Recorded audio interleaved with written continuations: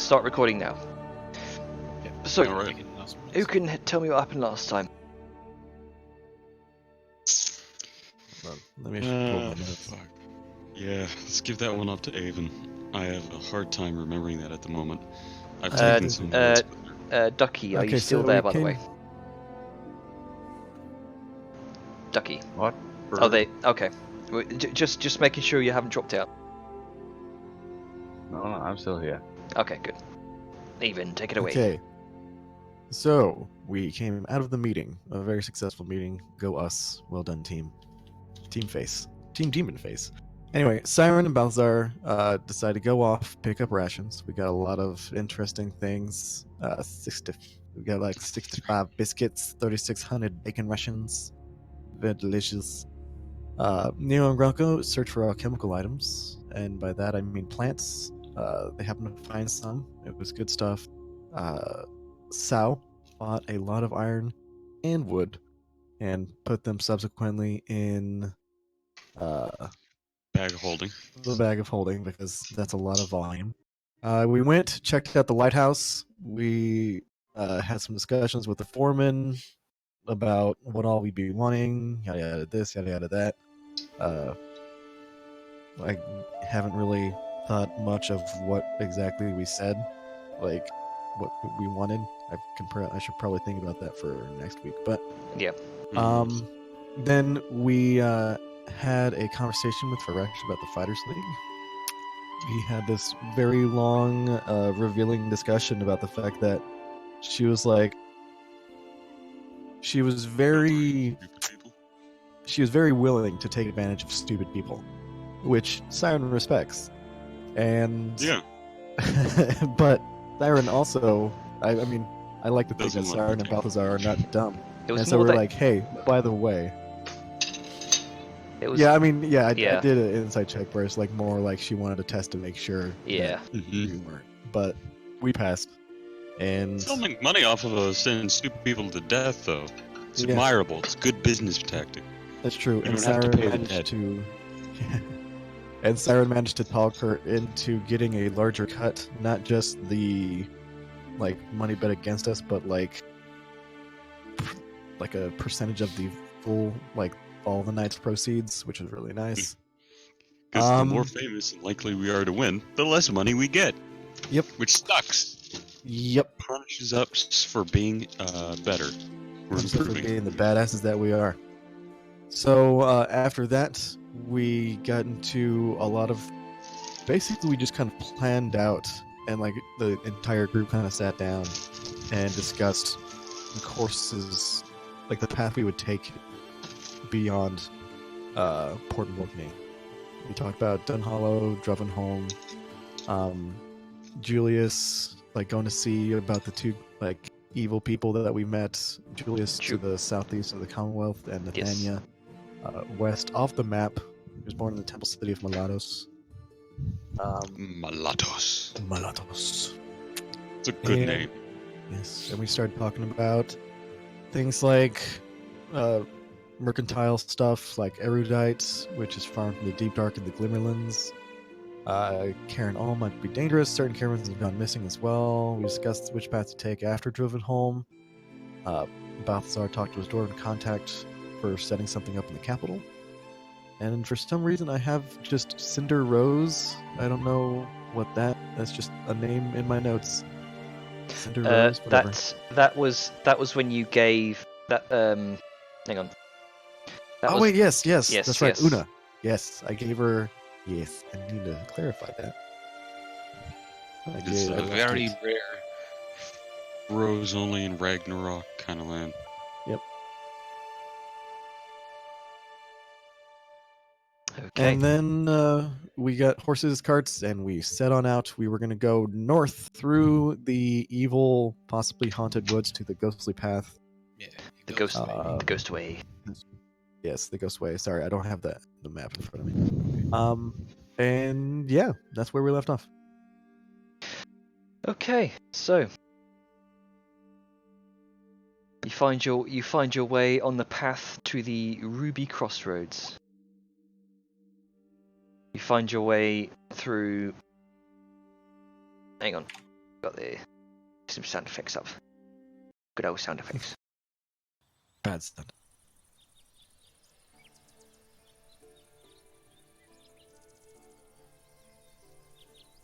So you find your way trucking along the path towards the Ruby Crossroads. The light breezes of the valley surrounding the Western Walk and the Kesman River kind of out before you. Kind of the winds wisp past you. The afternoon sun casting long, dark shadows from the mountains. You see dark clouds on the horizon moving towards you. Looks like it might rain in a couple of hours. However, you look onward to the north. You do eventually find yourselves at the Ruby Crossroads.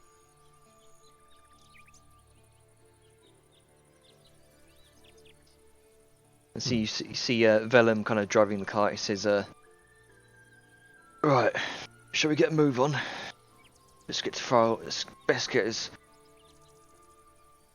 as far as we can before the sun sets. Caravan should make setting up camp a bit easier for us." You have the name down so well, or like the voice down so well. Yeah, Zaren just kind of from the back of the cart, because she's not walking, just kind of nods and looks around. And can we see, like, did we stop in a place that has, like, because I see the map that you have right here, there's like the path and then there's kind of a flat open area. I'm assuming this is kind of where we stopped, or have we still yet to find a place suitable for camping? You've stopped at the Ruby Crossroads right now. Okay. Is there any settlement or place nearby? Because crossroads are a good place to have at least something usually. Generally, the area kind of behind you from the hill. The area surrounding Port Morcan is it's very much farmlands. There's different kind of sparse houses in the distance you can see. Not so way in the much of kind of open campsites nearby the Ruby Crossroads. This is probably considered the last place before the open road through the forests. Gotcha. All right. With that in mind, I will look for a place to. Okay. I'll kind of search out. Oh, Zaren, we'll look at Gronka. Gronka, you seem to have a very keen sense in the wilderness. Do you see any place that might be suitable for resting for the night?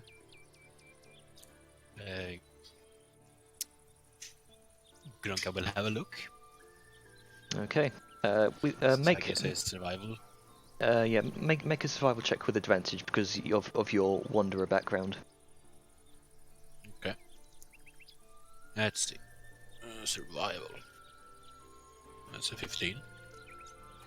15. From what you can tell, most areas around here would be considered, private land, owned by various farmsteads. Though you do, from your knowledge, probably the safest place would be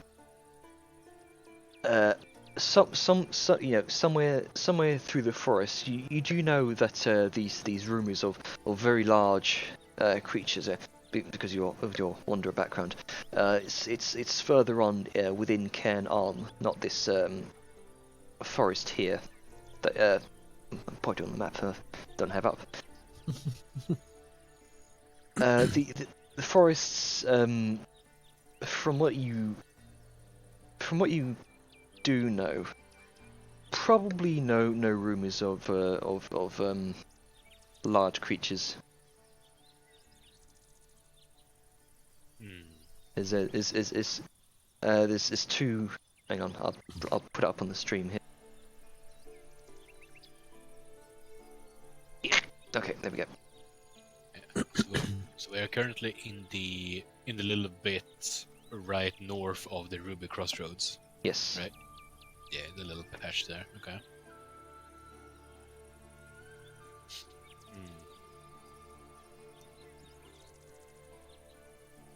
So And, did they find a? So with consideration that there's a lot of rumors of very big animals here, would I find something like, I guess, a kind of cave or between some like close together trees where something big would have trouble getting to or moving in? Many of the trees here are sort of as you're kind of making your way along the road here on the caravan, you do see as you're kind of breaking through the tree line. Many of these trees do seem to be kind of closely clumped together. These are very big pine trees. You can see the canopy is quite low to the ground, lower than usual, but you can still make your way through on the caravan.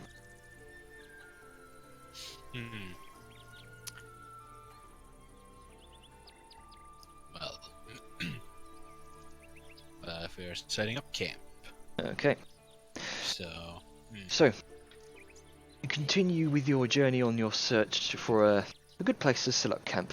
Eventually, you do travel for most of the day, and it does seem that many of these pine trees are kind of built on, well, not built. They're grown on like slopes. As the eventually night does begin to take hold. Eventually, the kind of the dark clouds begin to gather. A drizzle of rain follows as night comes to the pine forest. spooky. Well, knowing all of this about big, mean beasts, yeah, he's probably gonna see if we can find a good place to set up camp where said beasts would avoid or Okay. have trouble like getting to. 1 second, I got the forest day, forest night. There we go.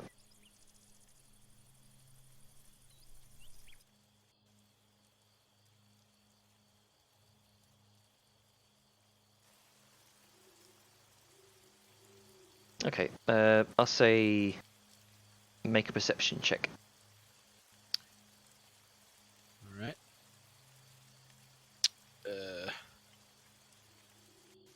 Let's see.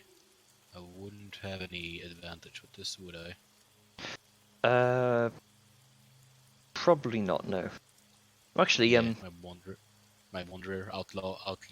outlander thing wouldn't help.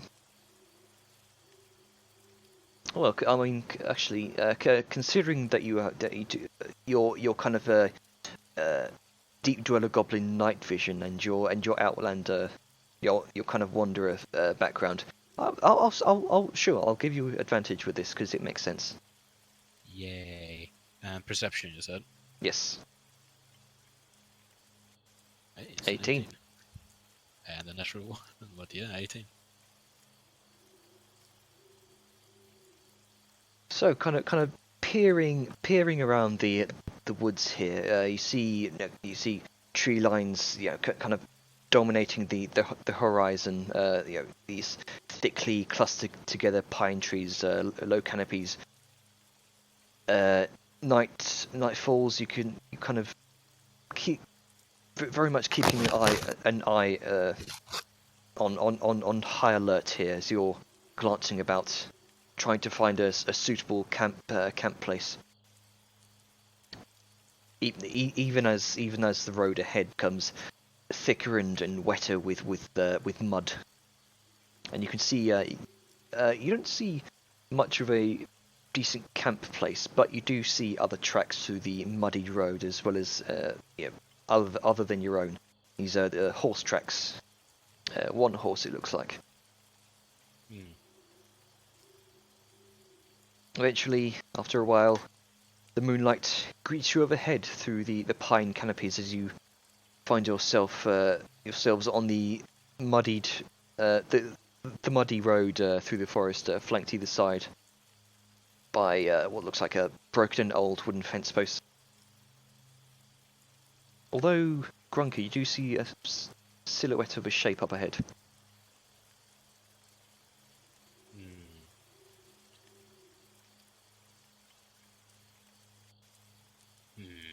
Grinka will kind of squint at the shape to try and get a better look at it, while also making a hand gesture towards the others and kind of pointing in the direction where the thing is.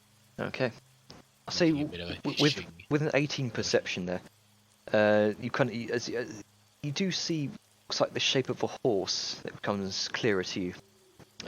The rider's saddle is kind of buckled onto its back. It looks like it's been hitched up to one of the posts, but that's not the first thing as the carriage kind of ventures closer. Across the entire road, it looks as though multiple pine trees have kind of fallen and collapsed, blocking the road ahead. This is probably why the horse is stuck here, although there's no sign of its rider. Siren is going to be extremely alert. Because, hey, ambush bot. So Siren's going to be kind of... Once she sees the trees, Siren's going to be actively looking around to, like, keep an eye out because fuck this place. This is an Okay. ambush spot. Make a perception check. Alice, you're also kind of muted, just in case. Yes, I am. just, Question. Do we have any flame light sources with us? A Do bunch you? of torches. Ducky, I- just making sure you're not dropped out. Because I know I have 10 torches. So, Okay. I think I what mean, we'll we do- all have... we all have night vision, I think. Except maybe Vellum? Is Vellum? You doing What's okay? that? I'm Dark vision, I'm right? more thinking about The horses? if it's a darkness, we've got disadvantage to our perceptions in can't see color. No, you can't. Oh, that's true. We do, yeah, because it is full darkness. Damn, you are correct. I need to Mhm. roll again. Unless, wait, So hold on to that because Yeah. Balthazar is immediately gonna take out one of his torches, seeing this sketchy thing, seeing Siren get on alert, and Grunka point out something rather unusual. He's gonna take out one of his torches, light it as the orange flame glows, and he's going to whisper something into the fire in his odd non-demonic language and cast thaumaturgy. Oh. And it will significantly grow in size. As it Whoosh, goes this- purple. This is great kind of radiant firelight kind of just completely bathes the surrounding area. Grinka goes "Meh!" and runs off into the shadow, Oh shit. No, you. rubbing his Sao- eyes. And Sao is Aw. literally gonna drop down prone with her rifle out and take aim in the direction, hoping that Okay. her own sort of green and brown attire is gonna merge into the ground. So you She's fucking ready. so what are you doing, Grunky? Just running off into the trees? I mean, I he's not fucking running off spooked like him. too far. He's just Okay, running out yeah, of the yeah. bright lights because it Yeah. hurt him. Yeah, Line of sight. that's fair. That's fair. Yeah. Okay. Sorry, Grunks. I'll say So Yun, make a perception check with advantage because you've got your scope on the on your gun. Or do you? Is that an attachment you've added yet, or? My long gun has the attachment of the Hawkeye, I believe. Okay, yeah. So make a perception check with advantage. Ye- Well, actually, yeah. Oh no, it's Balthazar's lit his torch. Yeah, so yeah, make it with advantage. 22. Oh, wait, if I lit the torch, yeah. I've made it bright. As you ready yourself on top of the caravan. Oh wait, no. You drop down into the mud, yeah. Yeah, Okay. I was out of the caravan, so I just dropped down, prone, lying Right. down flat. Okay. I have the most steady aim right now. Okay. So you kind of look out over the muddied roads through or looking to see if there's any movement in the tree line. From what you can see, kind of moving like uphill into the tree line, you do see multiple kind of boot prints which begin at the horse, then kind of amble about a bit before leading off into the forest.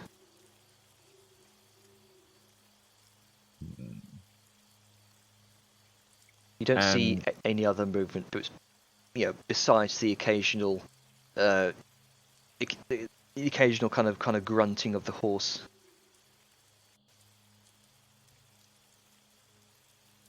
When you So say I was, movement, do you mean tracks, or like she legitimately sees something moving? No. These are tracks. These are boot prints in the mud, which Okay. lead off into the forest. Okay. About to say Now if the just boot prints are sort of- moving. No. The boot prints are not moving. We need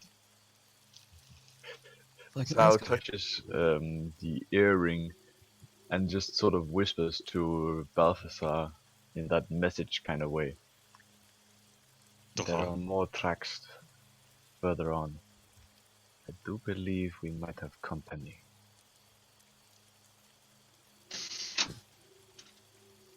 Quick question. Mm-hmm. The earrings allow. I know it's basically message, but do the earrings allow it to to be multi-targeted? Like, can I do a message to everybody that has the earring that's within range, or do I, like, would we have to do the you message? designate a single target. Well, yeah, like normally the spell is you designate a single target, but do the do the earrings bypass that and allow us to do it to everybody? I will say yes, because that was my original intention. Okay, cool. Then I think I will change the description from to Balthazar to everyone. Okay. Siren, upon seeing Grunka disappear, is going to again do the earring speak. Like, Grunka, where are you? Where did you run off to? Strong light her eyes. Siren's going to turn around and glare at Balthazar because he's sure that Balthazar heard that. I'll sort of just go ahead and dim that light down a little bit. The light shrinks.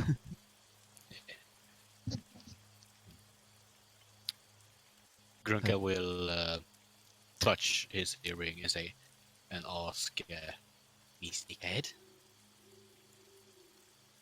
Say that again? Sneak ahead? I was just about to ask him to.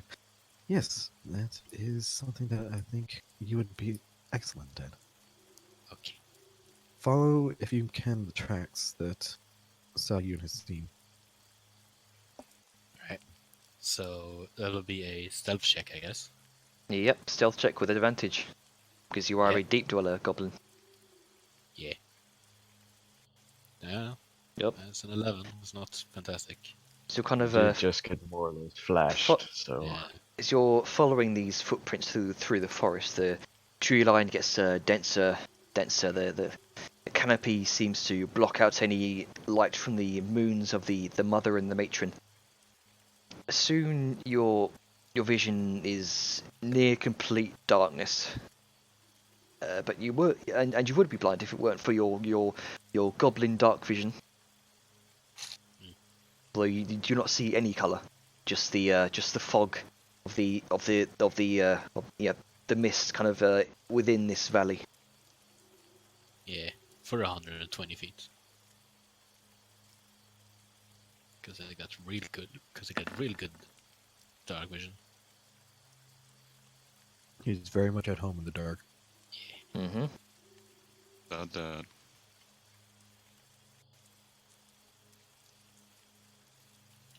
I don't really see anything. You don't see anything, no.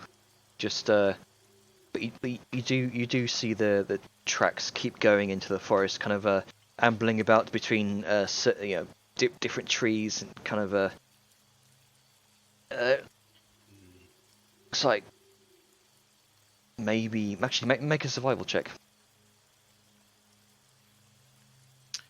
Alright, yes, the normal one. No advantage in this. I'll say this in particular, this will be a normal one. 12. 12. I mean, you do see that they amble about the trees at certain places. Yeah. And Yeah, 'cause- may or may not be similar pattern to someone searching for something.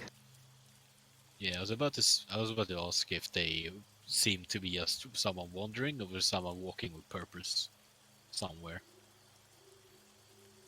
So they're kind of ambling about a bit. With a 12, you're not quite sure. Yeah, but they look like they're kind of ambling about a bit. Mm-hmm. We'll relay this to the others. If there's these tracks. Keep going. Seems person not sure where to go. So it seems we have a lost individual wandering the hillsides as well. Maybe. Siren, I'm going to get out of the cart, or Mhm. carriage, or whatever the fuck this thing is. I It's a feel like it's an house. Oregon Trail kind of. Yeah, thing. it's like a gypsy caravan type deal. Okay, then yes. So she's going to get out of the caravan, and she's going to walk very carefully, like keeping an eye out, to the trees that are blocking the path, Mhm. and I'm going to check to see if these fell naturally, probably not, or if these were specifically cut down and placed here. Make a nature check.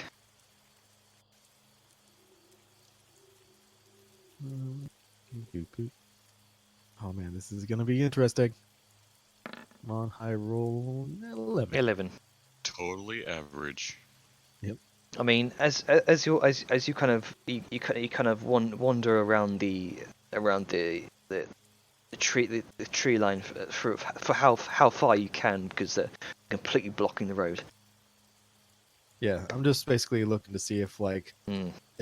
if they just fell like intact, or if like there's just straight up. Oh hey, these are axe marks that are cut, like these trees were cut down. kind of thing. From what you do see what looks like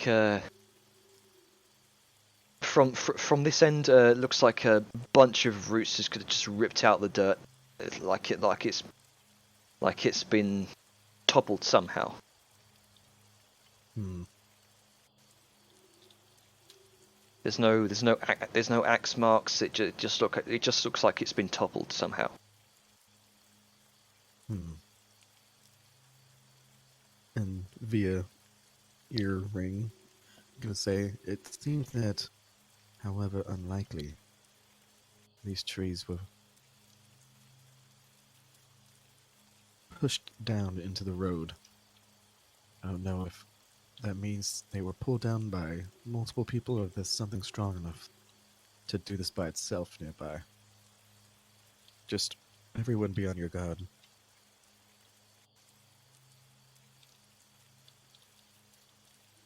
And then, yeah.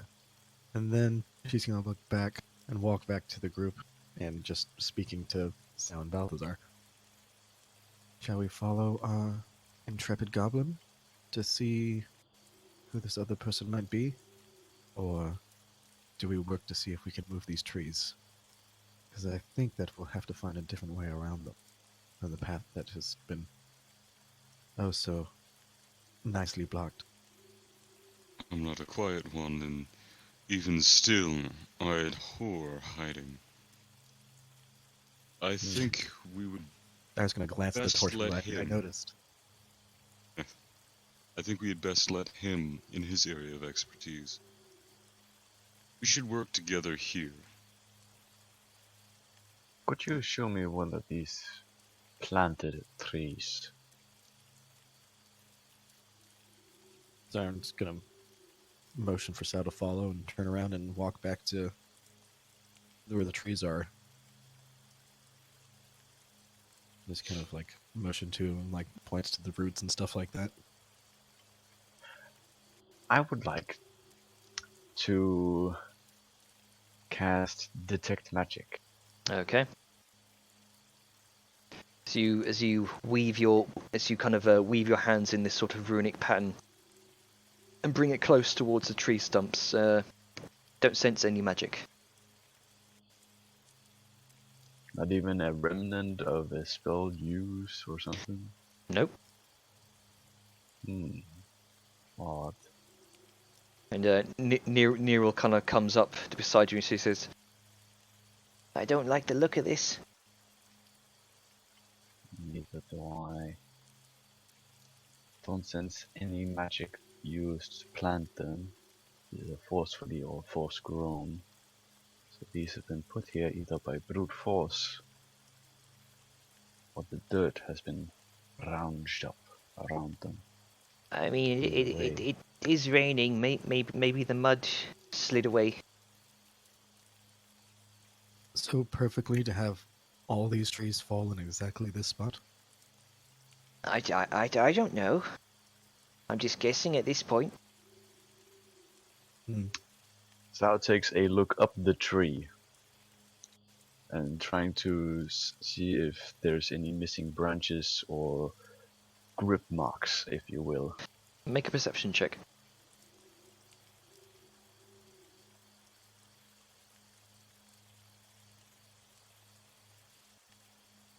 A 17. You do see around halfway up through the canopy where some branches have been broken off and splintered. But that's about it. Siren, Hmm. just as a curiosity, how big do mountain folk get? Oh. Queen, well, male or female? The biggest you know. About 9 feet on average. They can go a little bit taller. You find a very big strapping one. Points up to where the branches are broken. I do believe we found something bigger. Hmm. The broken branches look to be about, probably estimate maybe 20 to 25 feet up. Yes, it does seem we found something quite bigger. Bronca? Are you okay? Yeah. Seen anything? No. Or have I seen anything? No, Yeah. maybe not. I don't know. I mean, he didn't do a perception check when he got up there. He just survival to follow Mhm. tracks.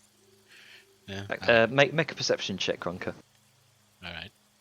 I will say with advantage because of your vision. All right. Oh wow. I got 10/10 vision. Man, if only it could be 20/20. Yeah.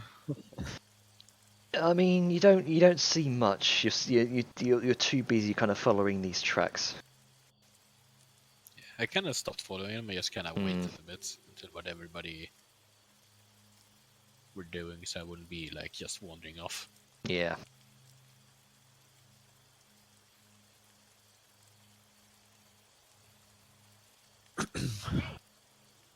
So, Siren, upon Sal's mentioning of the fact that, oh hey, something big pushed these motherfucking trees down, is going to look. She heard about the tracks, like Sal pointed out, the regular size tracks. Siren's going to look and see if she can find bigger tracks, like because Sure. when you look at this stuff, you don't like. It's one of those things where you don't see what you don't look for. Mhm. So I'm just gonna see if she can find like huge footprints or huge paw, claw, hoof, things like that. Okay. Make a perception check. Come on, good roll. That's not a good roll. We're rolling It's- so average, guys. We need Yeah. to stop this. The mud's To be fair, we're in the middle of the fucking dark. yeah, the mud It's- and the rain Gonna have to combined, bring it doesn't seem to give any sort of indication of larger tracks. Okay. But so Siren is going to like kind of motion for Sal and Nero and walk back to the cart. It's like, Balthazar, it seems that the trees have indeed been planted by a creature that is quite large. Perhaps we shouldn't let the goblin be on his own. And Vellum says,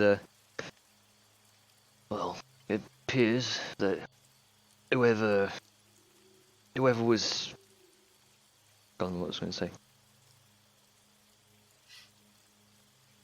Whoever encountered this, whoever owns this source, probably has the same problem we're having.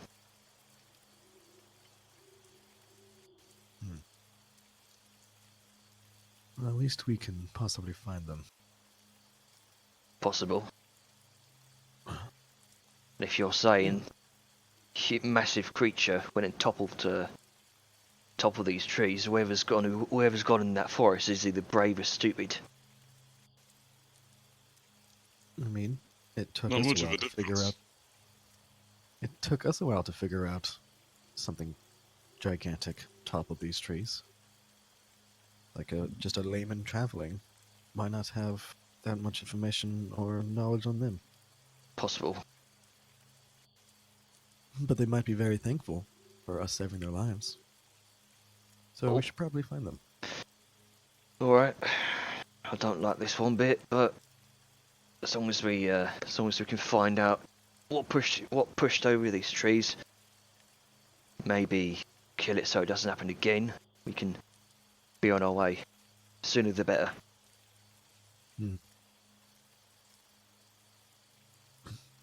So Siren is going to kind of motion for Balthazar to get out of the carriage and like point to where Grunka gone.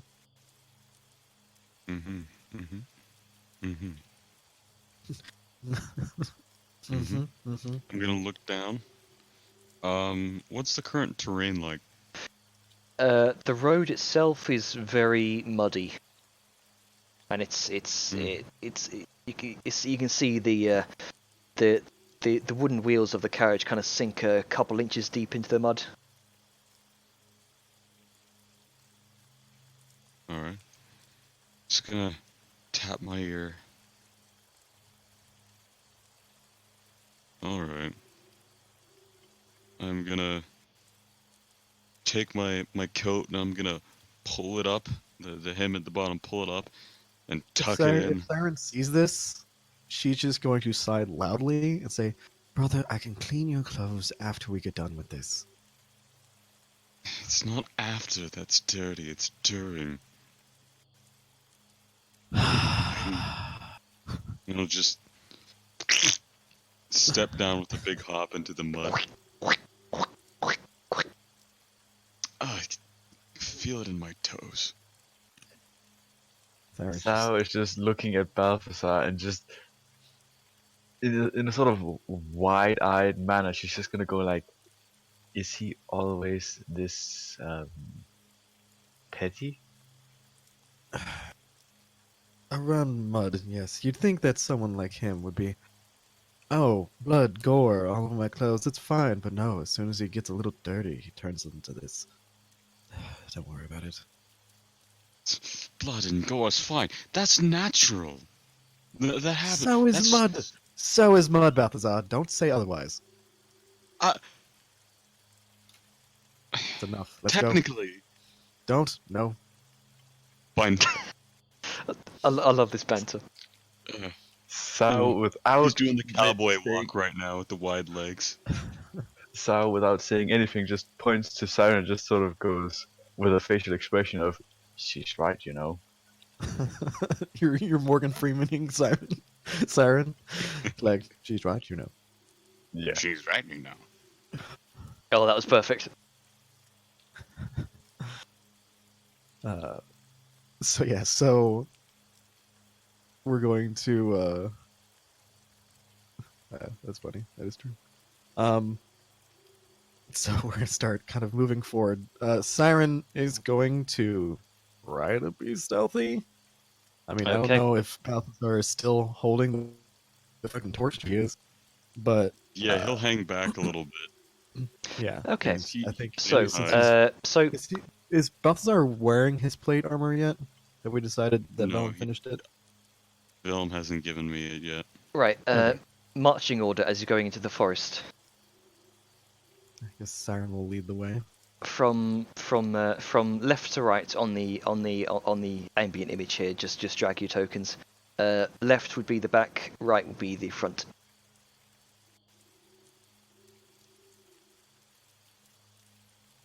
Come on. I believe in you. There we go. You can do it. One of these things, not like the other. How do you get a I- square? How do you get that? How? Jenner, help! God damn it! Jenner, what did I do? You done fucked I don't up. know how I did that. There we go. Don't question it. It's gone. So So Grunker left- Grunker would technically be at the front. You Yeah. mean the far right. So, yeah. So left was behind. Yes. Oh yeah. Balthazar's at the back. I don't think we're this close. I Uh, think we're kind of yeah, like it's probably way like- back here. Yeah. Nerul, We're probably like over here. Nerul is going to go in the middle because she's small and I don't know if I'd be vulnerable. at the- Yeah, Uh, at the- I think Vellum should be in the cart. Just saying. Yeah. We probably wouldn't want to bring Master Velum along. What on account of this being one of that dangerous life-ending shit that could happen. And Nero That's can watch him to actually make yeah. sure. That's fair. Vellum, his character wouldn't want to get into any danger, so yeah, Vellum's going to stay in the cart. Someone gotta watch the card anyway. And Nero can help him Want with to the cart. repeat? As you guys venture off into the woods, Vellum says, "Way back soon, alright? I can't keep this cart forever." Hmm. Yeah. Grunker, what are you doing? I can't click your token. Oh, there you go. Some Nero is leading us. Oh, he's Yeah, I'm don't- just saying. Yeah, I'm just indicating that I'm farther ahead than they are. Okay, so Nerul is she's gonna scoot in the middle.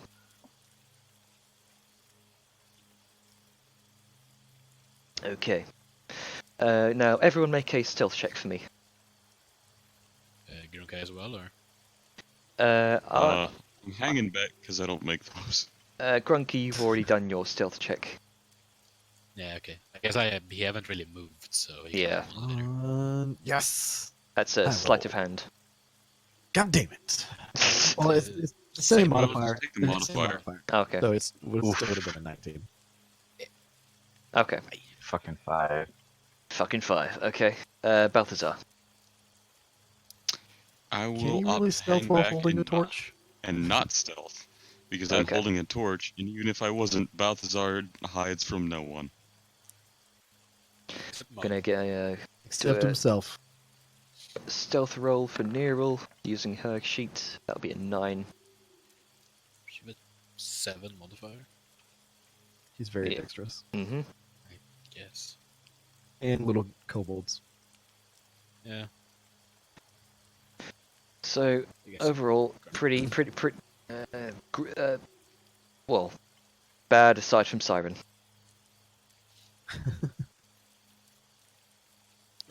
So, Yep. what are you all doing as you're stealthing through the forest? Well, Siren's being stealthy. I don't know about Yes. these other guys. I'm waving a torch around. Probably expecting a lot of bugs. Mm-hmm. Just a bunch of moths just floating around you. God damn it. Yeah. Flick the torch into it, try and catch some of the moths in the flame. Just that like flame sound, like whenever you swing it real fast, like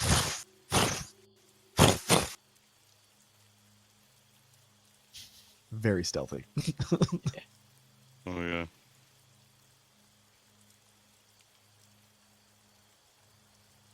So moving forward. Okay. Mm-hmm. How far up ahead is Grunka? Like, how far did he go? Well, he didn't move in far. So after about, say, 5 minutes or so of trudging through the forest here, kind of stepping over the kind of the small exposed roots, various kind of dips in the landscape, and trudging over rocks also. You do manage to find Grunka, who's kind of hunkered down in between a couple of trees.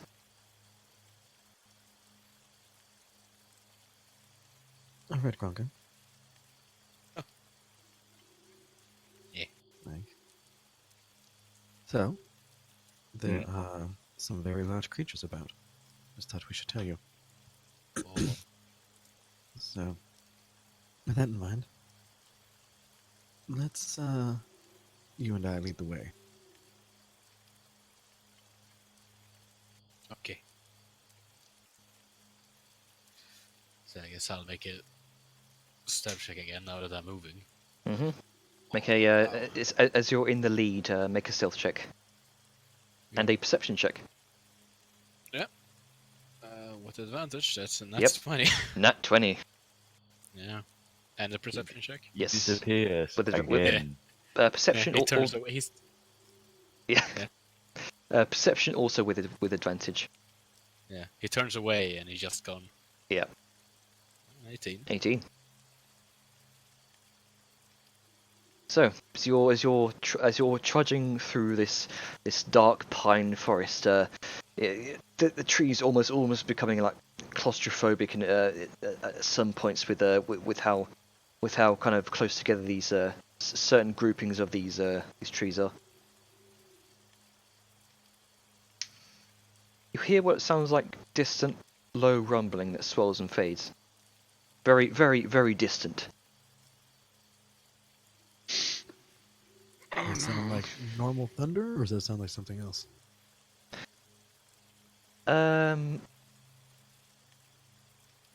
Make a nature check.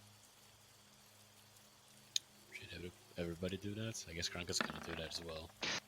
Sure. Hey. Oh, 16. okay. Then that's funny.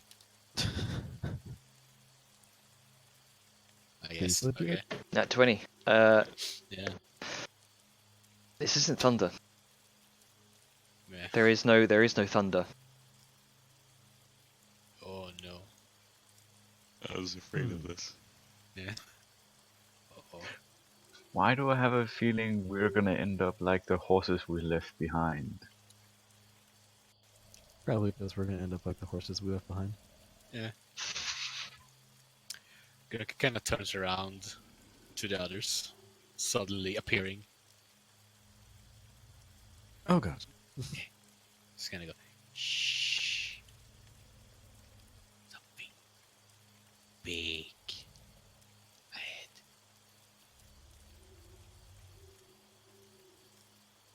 Absolute units.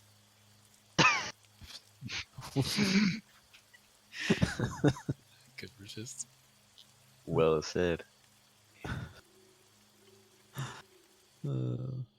Lols. Oh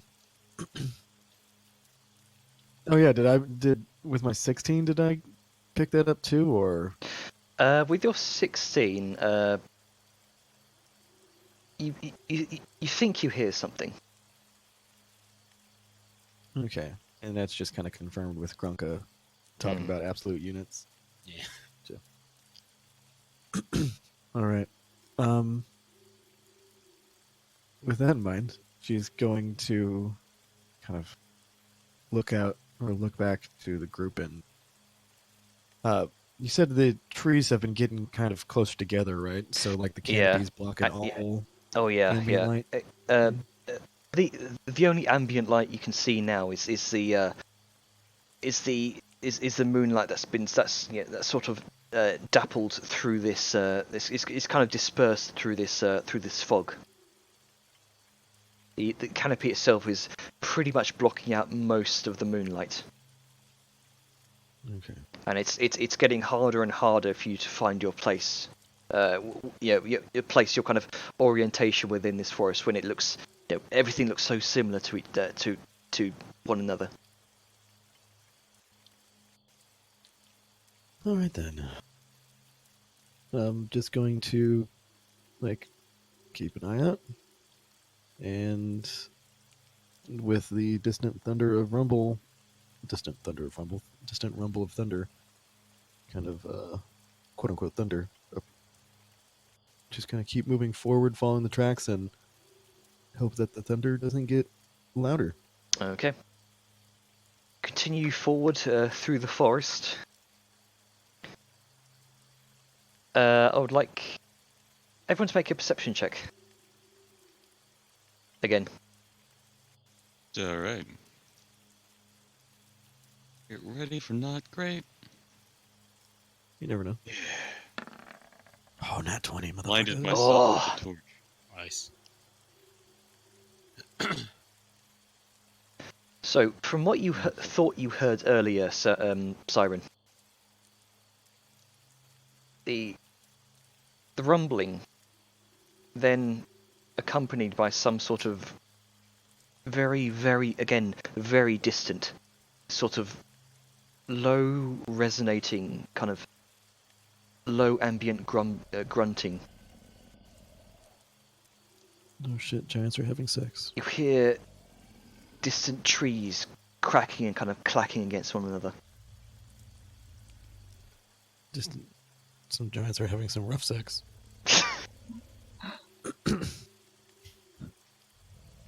I mean, they have to reproduce somehow, guys. Now's So the time. they don't know. They probably just had a full meal on that one poor guy. All right. So thunder, grunting, trees snapping, and like creaking. All right. Can I kind of get a sense for the distance? Sure. Like- With a nat 20. Sounds like maybe a mile away. Okay. So I'm going to kind of relay this information,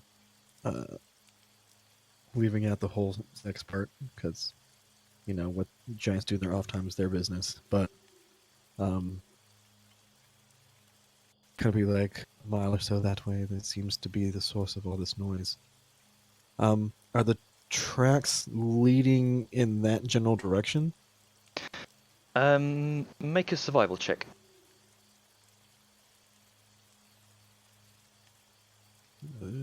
Okay.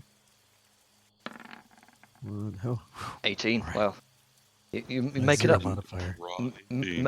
make it up for all those average rolls. Yeah. You do see the tracks seem to kind of turn around, kind of these boot prints in the kind of wet leaves and undergrowth here. From what you can see, they seem to be following over in the direction of this noise. Hmm. Either a what was it? Either a brave or a stupid fellow. But hey, we're doing the same thing. Let's go. So, yeah. Okay. Siren warns the party, and then just, I guess they keep following. All right then. Continue following through the tracks.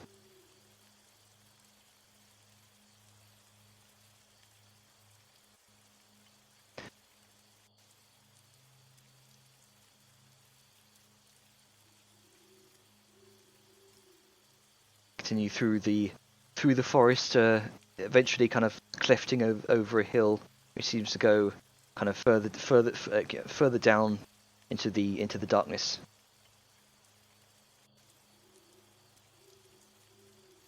Do we see anything? Sal slowly sort of turns to her side, just sort of pokes Siren a bit. I Siren think turns and we looks. might have company closer by.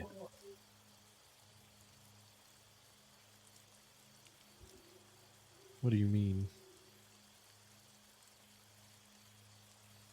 Something caught my attention, but it seems it might be nothing, but currently I highly doubt it. Hmm. Sort of tall grass like, but look at where we're standing.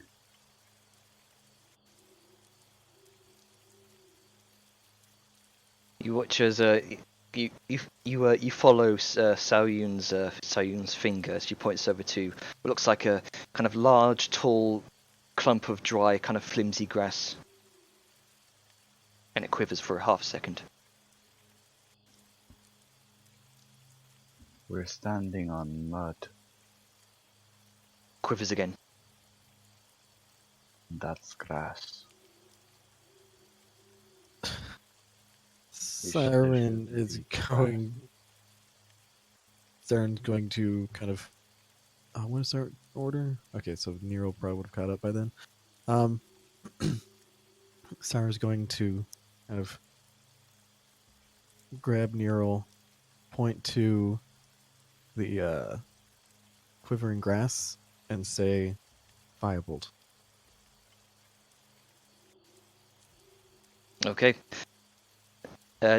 Nero just kind of sees the quivering grass, and she's already on edge right now. She's kind of looking, darting her eyes this way and that. She is terrified right now, and immediately as you say that, small firebolt just incinerates this tall grass. It goes up in cinders. That's it. Anything in it? Nope.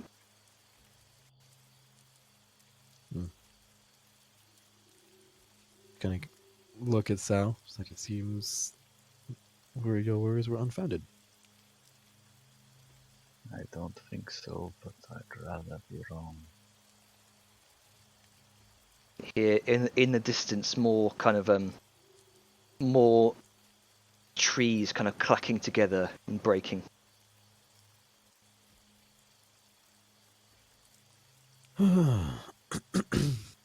um. About what time is it? Well, it's dark. You're not quite sure. It's difficult to tell.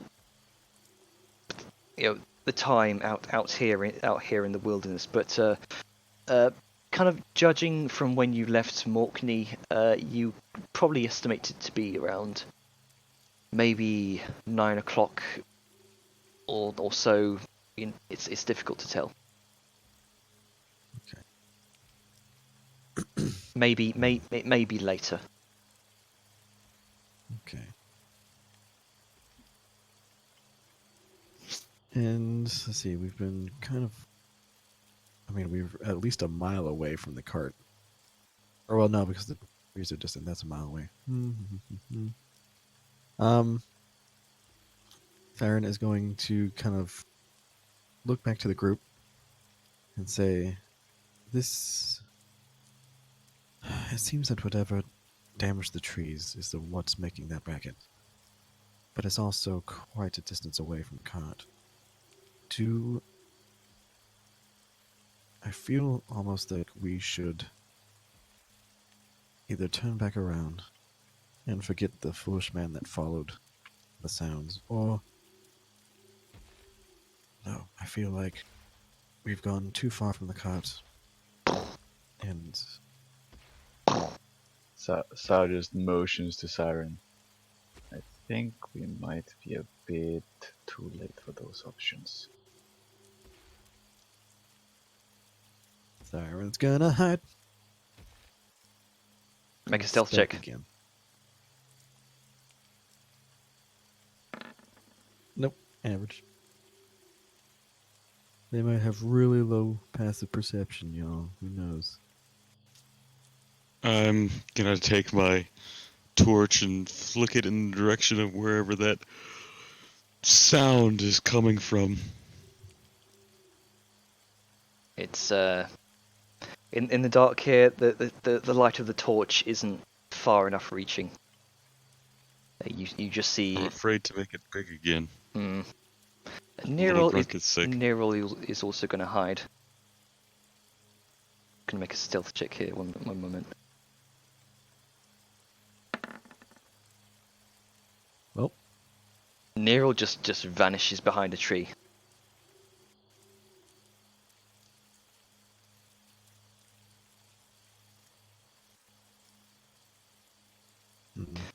Yep, just hiding.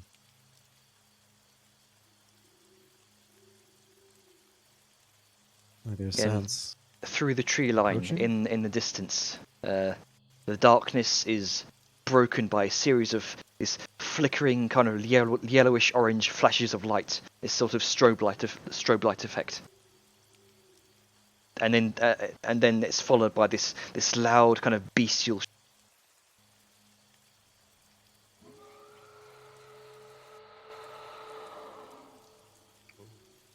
Oh no. Tiny Alrighty. bit low, but it's good.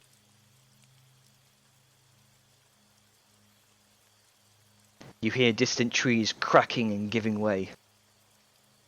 You can now feel short vibrations in the earth beneath your feet.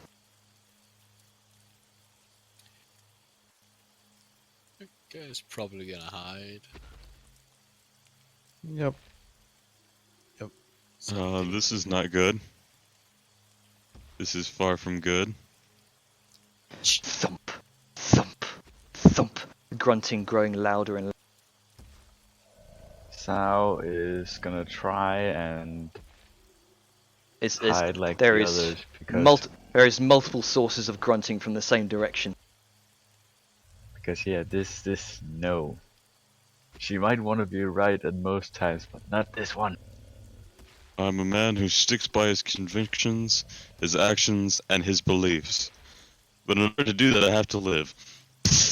Torch doused in the mud. And it's then that you notice the smell. Heavy, pungent natural musk that seeps into the air, and it is foul, absolutely foul. Oh no. No.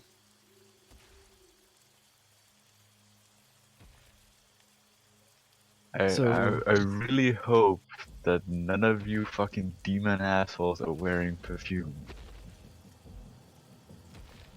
Hey, don't judge me.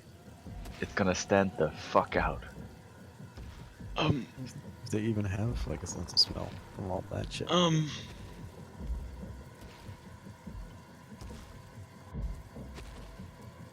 Okay. That's not good. I'm just gonna consider maybe getting behind one of them trees. Just Okay. behind one of the trees. Balthazar vanishes. And the only I'm just one. gonna look at the direction.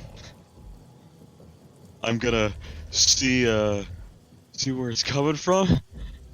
Just think to myself, Make a perception check. oh god, I don't want to. Do it. I don't really want to see whatever that is. Blinded by fear. Although you do actually. Everyone make a perception check. Sure.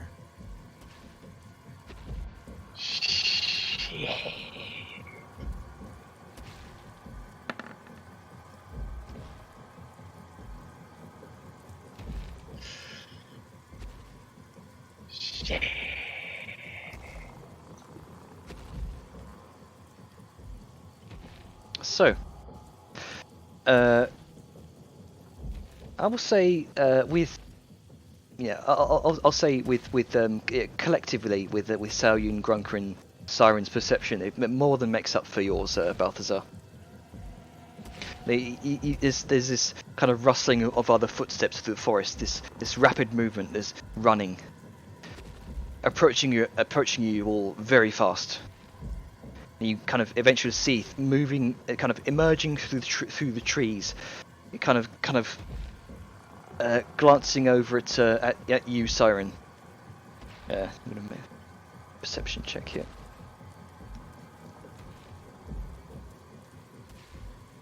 Yep.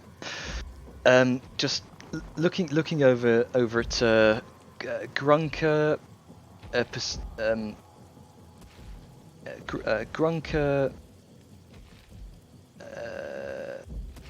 What was the stealth checks here? Yeah, Grunker, Siren, Saoyun. You see a pale-faced man with heavy kind of facial scarring, dirt and kind of muck smeared across his cheeks, dark grey hair which kind of pales at the tips, kind of greying, and a pair of ghostly white eyes. He's dressed in this combination of mail and leather with some plates, kind of fur coat around him. And you see he's also wearing what looks like this shawl of like leaves and greenery, a sort of improvised ghillie suit, and in his hand he holds what looks like a kind of this wrought iron lantern, windowed with like a opaque yellowish glass. And he runs through the forest towards the group, and he looks at all of you, kind of bewildered for a moment. Is he normal sized? He's a human, yes. Do we get a sense that he is running in fear, or is he running Well, with purpose? there's large reverberating footfalls some distance behind him. Okay. In that case, Siren is going to kind of come out of her hiding spot and then kind of like motion him to be like, keep running. There's a cart back that way. He doesn't seem to be paying attention to you for now. And as you see, there's kind of stepping through the trees, you see the silhouette of a pair of immense, sparsely furred legs. The little amount of moonlight kind of scattered through the fog here gives you some idea of this creature, though most of it is hidden up in the low-hanging kind of canopy. The man looks behind him, panicked look on his face, and he yells out, "Troll!" The man kind of bolts off in the other direction as this enormous silhouette roars and comes barreling towards all of. I'm going to cast Cause Fear. On who? On the troll. The troll keeps barreling towards you, doesn't seem to take effect.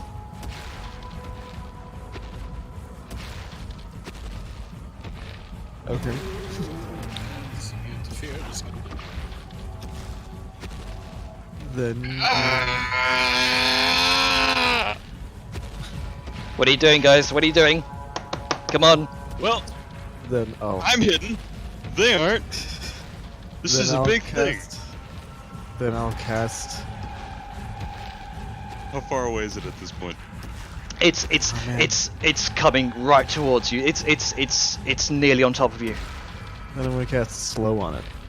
Okay. Sure. What's the saving throw on that? 16 wisdom, I think. 16 wisdom. Okay. One moment. One moment.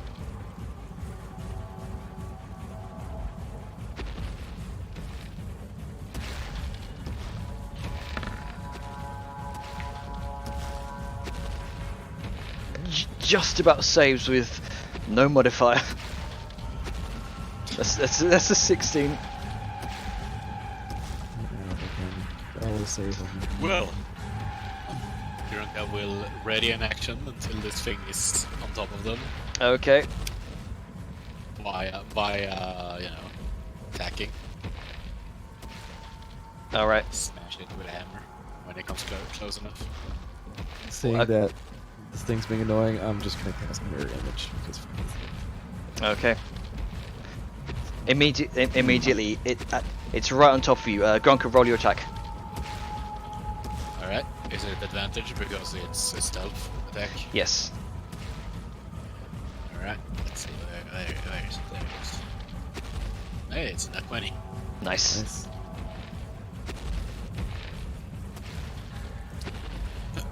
Yeah, so as it runs up and gets into Grunka's rage, he's gonna like spin out from a tree and like whack it in his kneecap.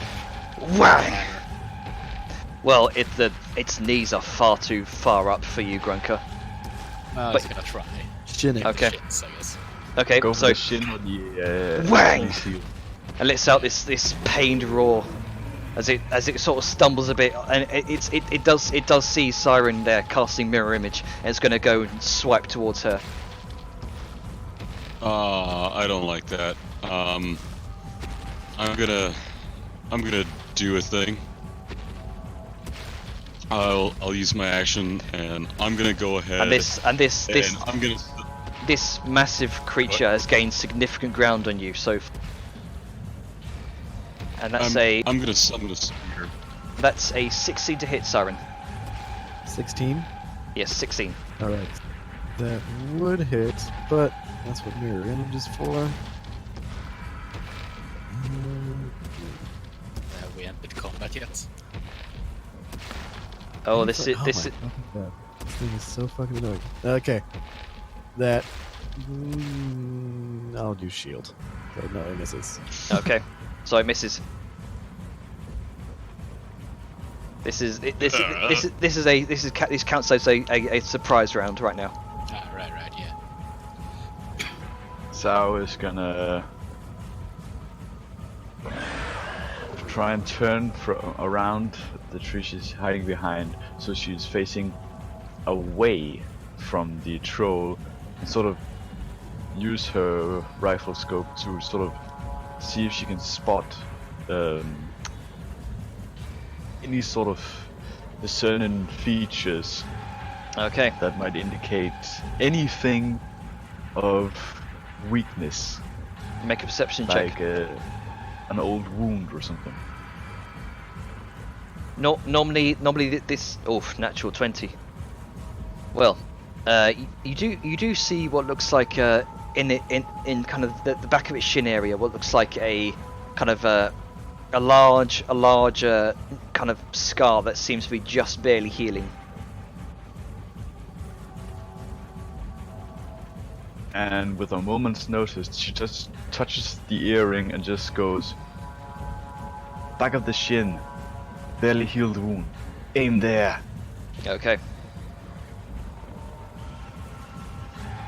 Oh no. Well, let's have a little bit of fun. You know, a little bit of fun, a little bit of panic. It's going to Fine, it's fine. It's going to take one swing at Neril, which hits. That's a. No wait, actually. What was Neril's stealth check there? Oh crap! No, I didn't make a one. Shit.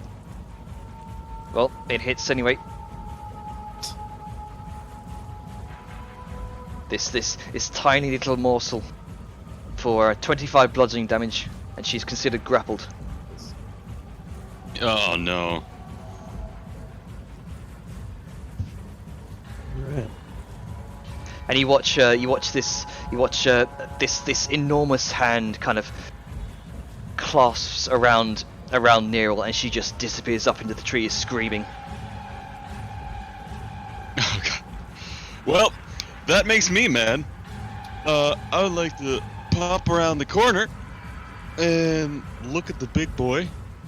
And now I want him to make me a spell save DC. It's also a Okay. wisdom, as I do this boy.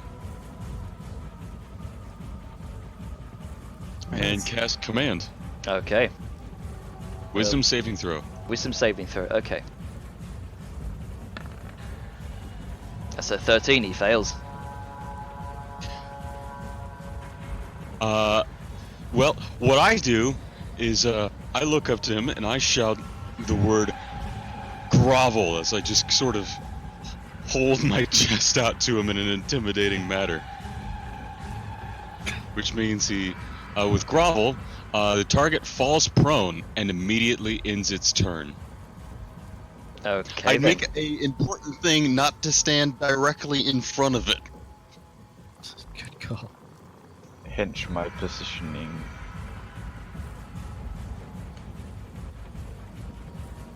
Okay, so this massive figure,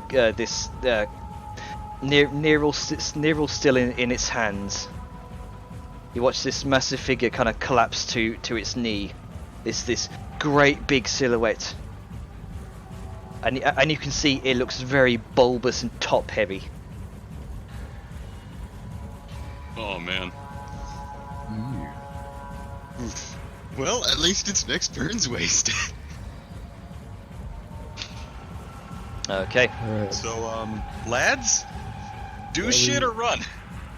I mean, are we rolling initiative? Like, I don't know if what's going on right now. I have no clue, but now it's got Nero. We're about to roll an initiative. Surprise round has ended. Yep. Roll initiative. Select your token. Here we go.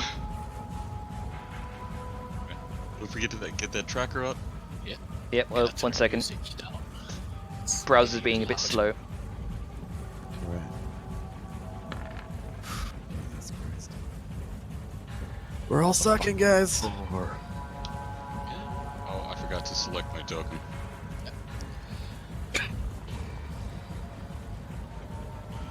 Had 9.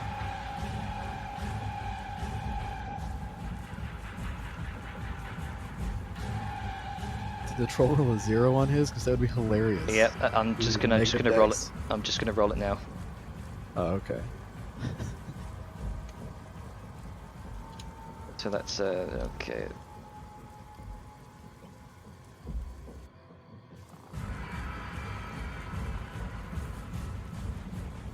Balthazar, although panicking, is kind of intensely smug. He has made a troll grovel before his might. Okay, hold on. I will be right back in just 1 second. You take yourself.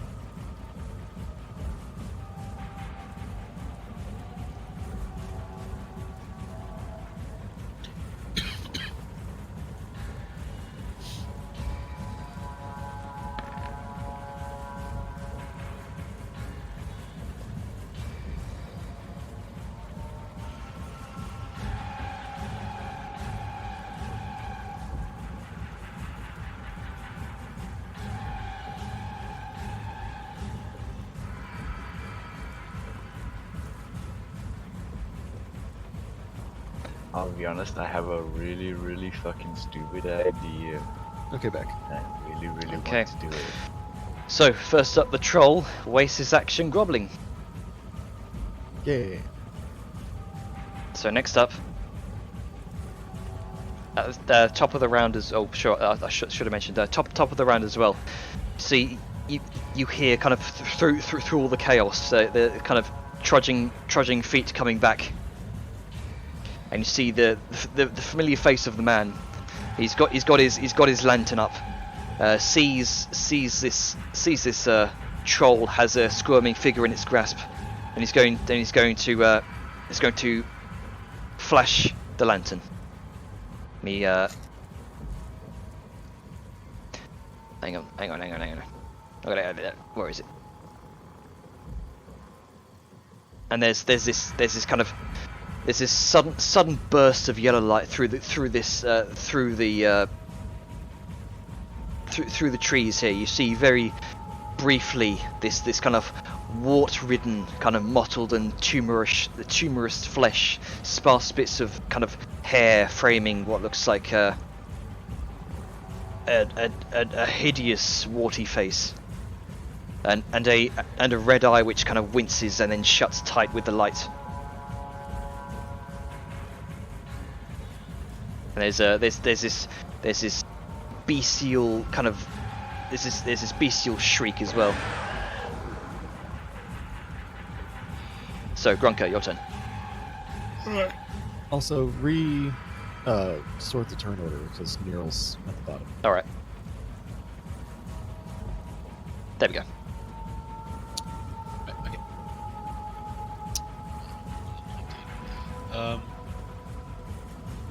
Well, seeing this large mountain,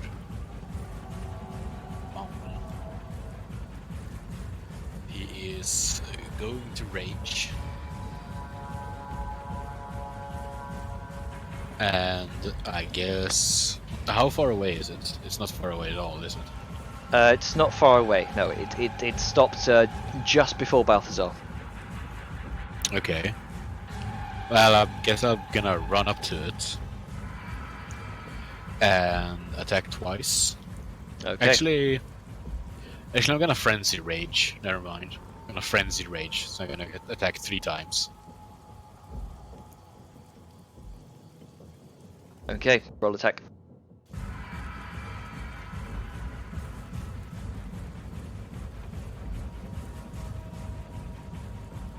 Oof.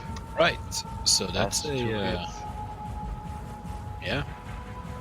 Or well, we don't know how much AC it has, but yeah.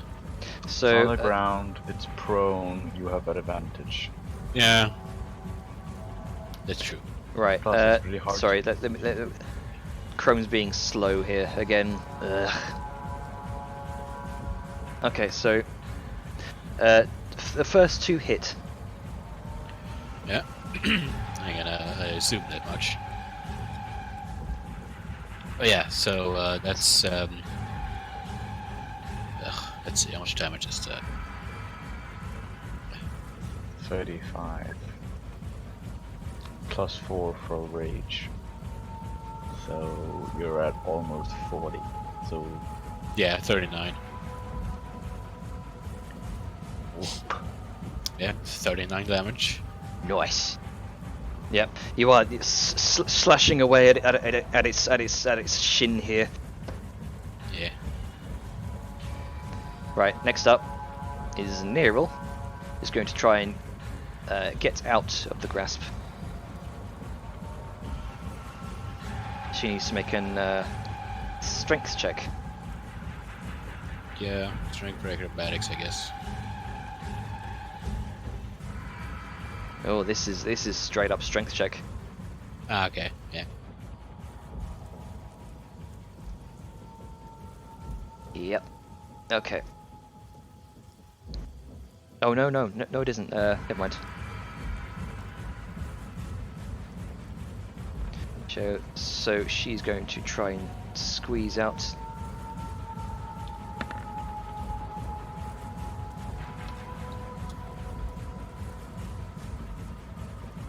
No, she just can't squeeze out the troll's grasp. She is firmly in there. Troll does not want to let go of this tiny little snack. Balthazar. Oh no. Can you describe kind of like the troll's positioning for me a little bit? The troll as it stands now is kind of it's like laid on its side with its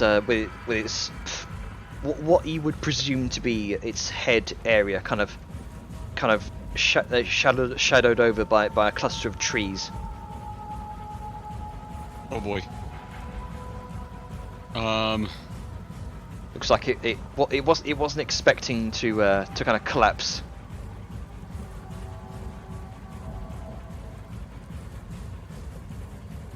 Okay.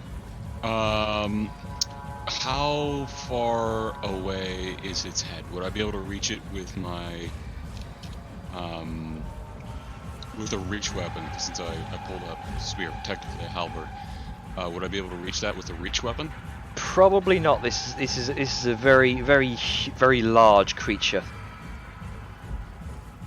Okay.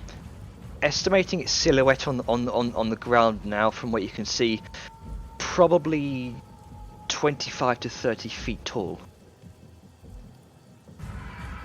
Oh boy. Well, that's not great. So I'm gonna probably hack it what I can. Okay. And I'm gonna give him one of these. I'm gonna try and booming blade him. So, let's see, where is it? Here we are. I'm first that's gonna be my action. So I will attempt to hit. Nope. Does not hit. And I'm not gonna hit him at all. Holy shit! Just it's difficult to get a bead on the figure with the darkness surrounding the forest here. Well, So there Siren. goes that action.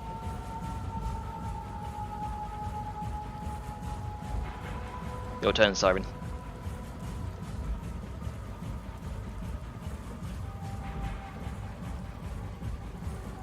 Siren. You muted, buddy? He's Oh, muted. Sorry.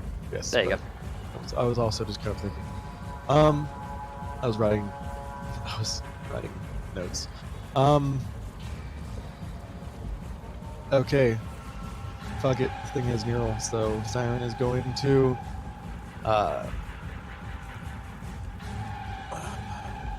okay.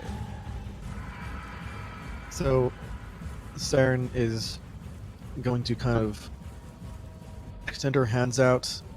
The blackness of her arms, which has moved up above like her elbows, glows like a virulent teal blue as runes like light up down it, and then she just kind of motions to the ground, says a few words, and then just kind of makes a ripping motion upward, and just kind of panting, kind of glares up, and that will end her turn. Okay then. She has cast Animate Dead. And they will Oh. rise on my next turn. Okay then. So, Sao Yun, your turn. Sao is gonna gauge whether or not she has the needed stepping stones to get up on the troll's back, and see if she can manage to get towards its head. Okay then. Make a spear. Sorry, you're looking for any means to get up on the troll's head, yeah? Yes. Okay, make a perception check. 14. It's difficult to, again, it's difficult to see through the darkness and all the chaos going on, but I mean, you can probably climb up on the troll before it gets up. I'm gonna do that. Okay, make an athletics check. 11. You try to grasp onto the kind of sparse hair, this kind of sparse body fur of this troll, but it's greasy, it's slippery, it's ugh. Fuck it, I'm gonna use my dagger then. Okay, make another athletics check with advantage.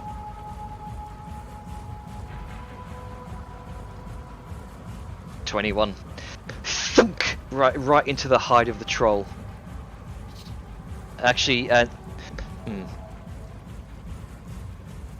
technically, Technically, that would be an attack, actually. Yeah. Yeah. Yeah. So roll attack with your dagger.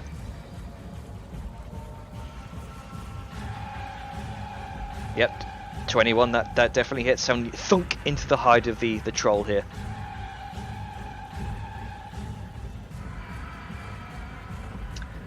You can And see then- black, brackish blood kind of pouring from the wound. The troll. Roll damage for the dagger as well, actually.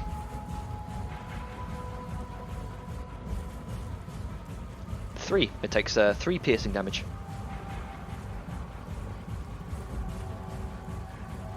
I'm guessing Snow's now standing on the back of the troll, sort of at the Yep. shoulder area.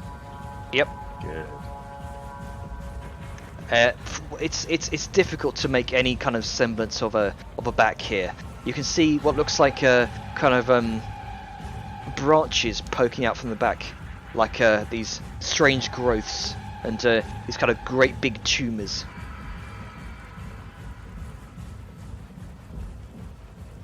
So that's going to be your action, yeah? That's going to be your turn even. Yes. Okay. And with that, the troll begins to raise up. It's going to use half of its movement to stand up, and you watch Nero kind of shriek as she disappears back through the trees. The troll is going to use a bite attack against his grappled meal.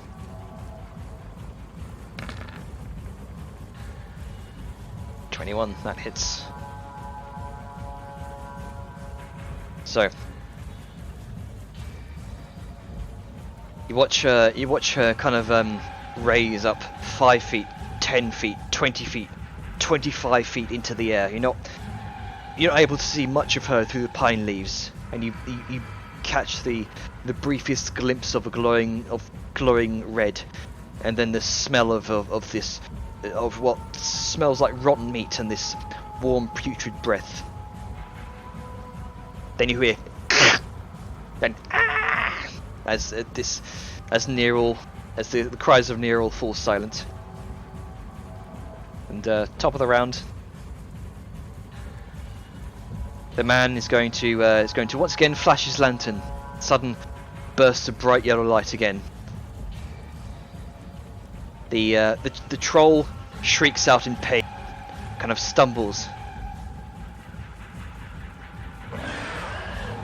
and then you watch as the small body of Neril falls through the canopy, and she takes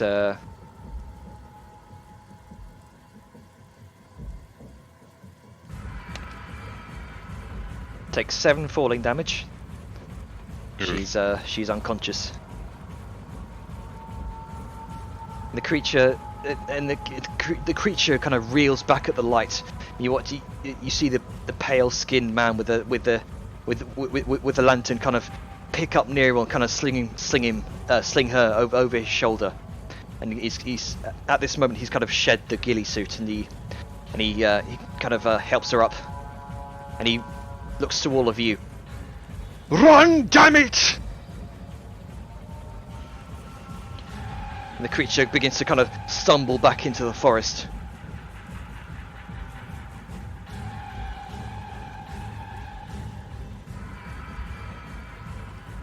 That's going to be his turn. Grunker, you're up.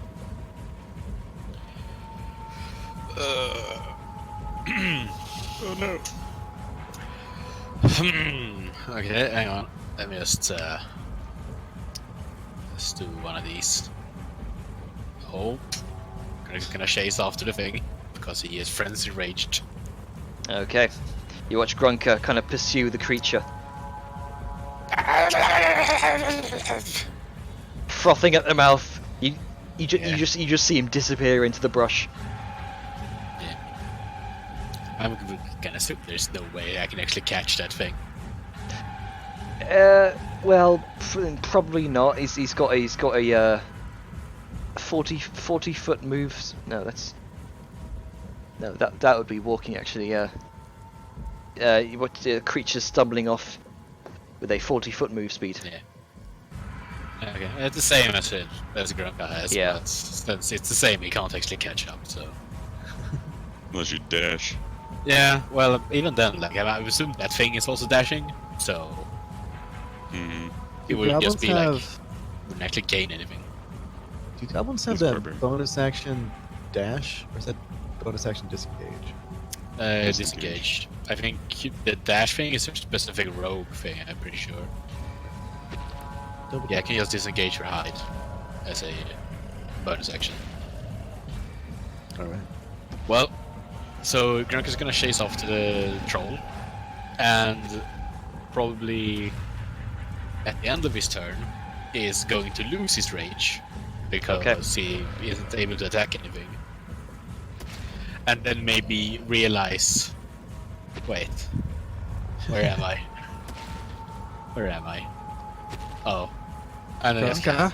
and then it kind of turned back. Yes. Okay. Okay. Oof. He's gonna find his way back because Okay. it's a wonder he can't get lost, so that's good. Neril is unconscious. She cannot fight. Balthazar.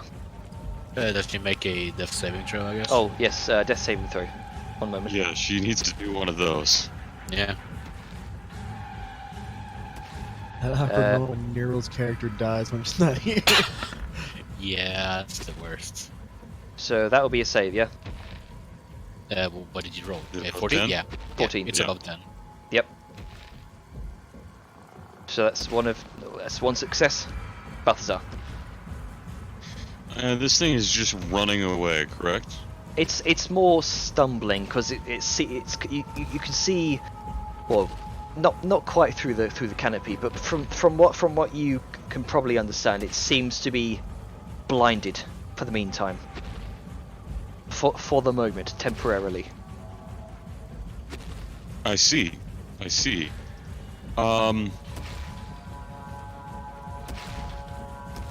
Running sounds good. Yeah, running sounds good.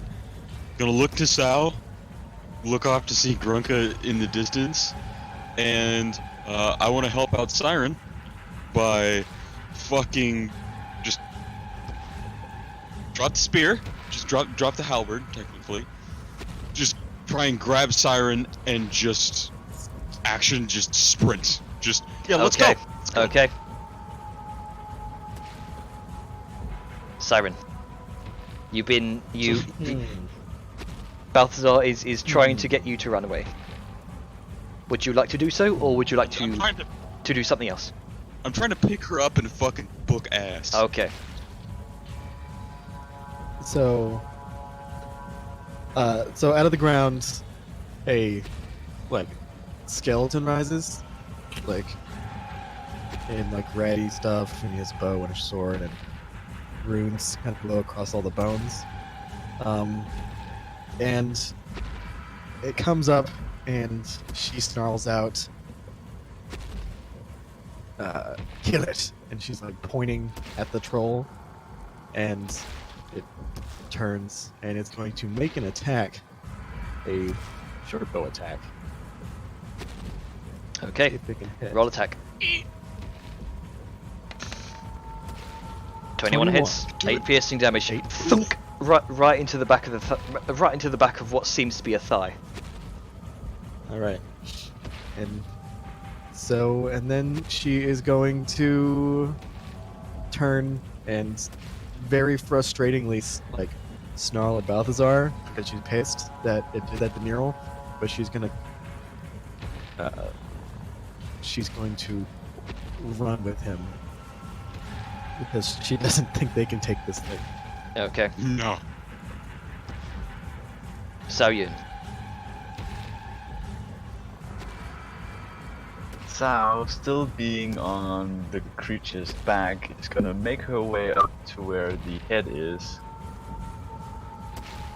and point her gun into As you're- his ear. As you are making your way up onto the back, you see not one head, not 2 heads, but 3 heads.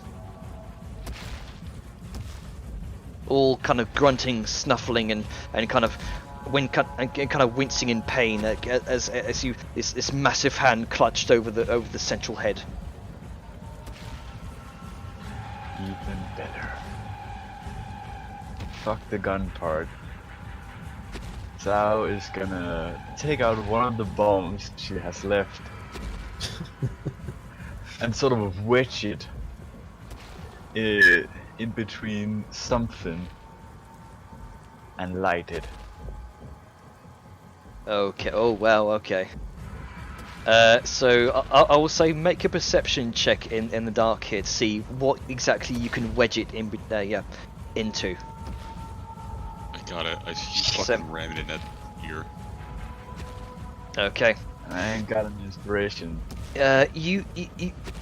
Oh, if you want to go inspiration, sure. I don't have any. Oh, you don't. Can I give him mine? Doesn't work like that, sadly. Okay. It has to be Sal who kind of accurately recalls what happened last time. You got it. So you do find what looks to be some sort of crevice in between 3 bulbous tumors, and you wedge it in there. You think you've got it wedged in, but you'll have to see. So you kind of light it up. Not before cutting the fuse a bit shorter. Okay. And then, as with the shorter fuse lit, Zhao is more or less gonna jump. Okay. Just So fucking make an acrobatics check. 13. Okay. at least below 10. So you're on the top of it. So that would be.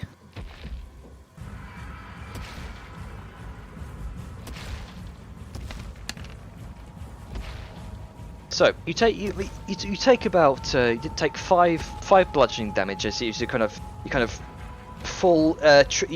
You try a 3-point landing, but you hurt your knee in doing so. Don't do a 3-point landing. Oh. It's literally bad for your body. A rolling fall is better. Okay, That's fair enough then. I mean, you done took damage at though, above 13. Yeah, that's what I get. Yeah, but you take 5 bludgeoning damage anyway, as this troll is kind of stumbling off into the distance. There's a short pause before, as you kind of look behind you, and you see the bomb has sort of rolled off its back, and it's just got to the middle of its back, as the bomb goes off, and there's this bone-chilling roar as this bomb goes off. However, it's now no longer blind, and it kind of sniffs about for what exactly caused it such. And it sniffs about. It's gonna smell a shit ton of fucking gunpowder on the sofa.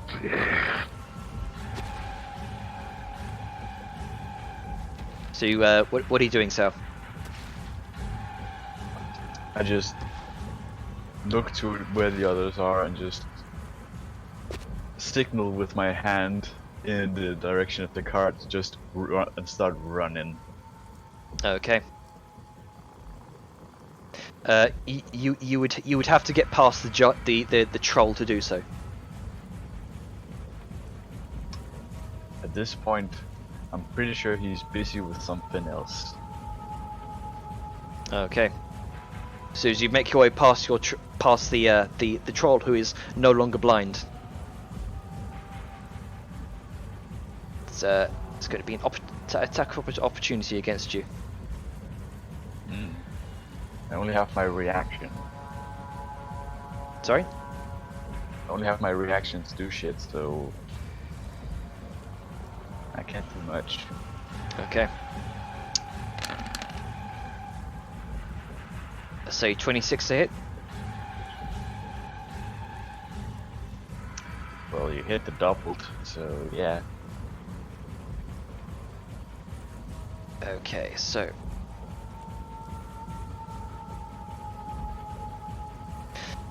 yep, that is 29 bludgeoning damage, and you are grappled.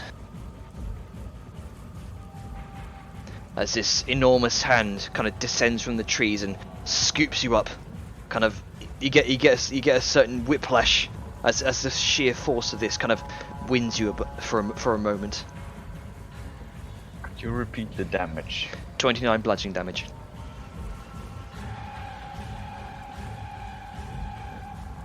Ouch.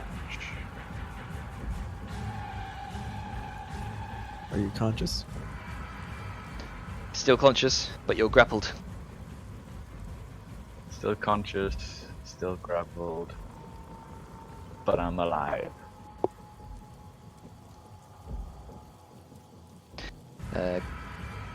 Right, the troll is going to use a bite attack.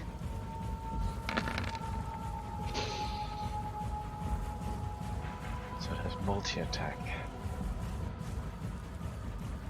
Well, that was his turn. He used his reaction to make an attack. He Yeah. Right. Yeah. So yeah, This is not great. that's a 12 to hit. Does not hit you, thankfully. Phew. I'm gonna fucking kick it in the nose. Okay. So, you raise up 5, 10, 20, 25 feet into the air through the canopy, and again, you see what looks like this huge gaping maw awaiting you. However, as you give it a kick in the nose, which you can now see massive, long, bulbous. And yeah, seems turned off at that. Grunker, what are you doing? Well, how far away is it then? It's quite a ways away. You guys have been running for a bit. You see the man that's kind of with Neril over his shoulder. He looks at the rest of you. Wait, what? He says is that all of you? No.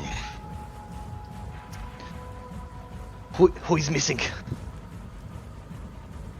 Like Grump and Sour, right? The green ones. Grunker's not green, you racist. He's like gray, like stone gray. Yeah, he's grey and black. Lupin, damn it! And he kind of drops Neril. It's just he just kind of drops Neril to the ground and bolts off in the other direction with his lantern in hand Is it towards the troll? towards the troll. Alright. Well, Grunker is then going to, I guess, turn around. Look at the sow that is in the hand of the thing. He's gonna sigh, and he's gonna run up to the thing again.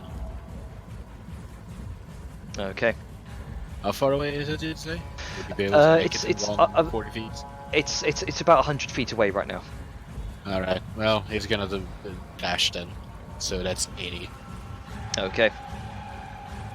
Neril can't do anything. She's unconscious. Balthazar. Did you roll with that save? Yeah, death save. Stabilizer. You stabilizer. Sorry. Yeah. Death save. There we go. Probably should. Natural Oh, 20. she's up. Yep, Yeah, she's up. just like- She has she one hit woke up. point. Yeah, nice. Yep. Yeah, what happened? You got crunched. I'm gonna look. The siren. I'm gonna look back to the troll. You see what looks like this massive kind of bite mark in her side. It looks awful. And in that moment, she kind of clutches her side with the searing pain. Oh no. How far away is this troll? About 100 feet. 100 feet? I know one spell. Let's that will see. do that. I'm gonna take out the little flintlock that good old Sal gave me. I'm gonna look at this. Not fully sure how to use it mechanically, so I'm just gonna use it to help aim while I cast Eldritch Blast. It Okay. has a range of 120 feet. Roll attack. I'm gonna take one of these boys right into the troll. 12 does not hit. Roll 5. Well, good thing I get 2. And I'm gonna let's just try again. 26 hits. Come on. There we go. Boop. Glancing blow. Yep. It just about it scorches a side of one of its tumors in what resembles a thigh. I just realized. Can I use one of my inspiration things to increase that hit? I think Advantage or the other Eldritch Blast? The That's first okay. Eldritch Blast. it's already happened. All right then. I will save my inspos. Okay. Siren. The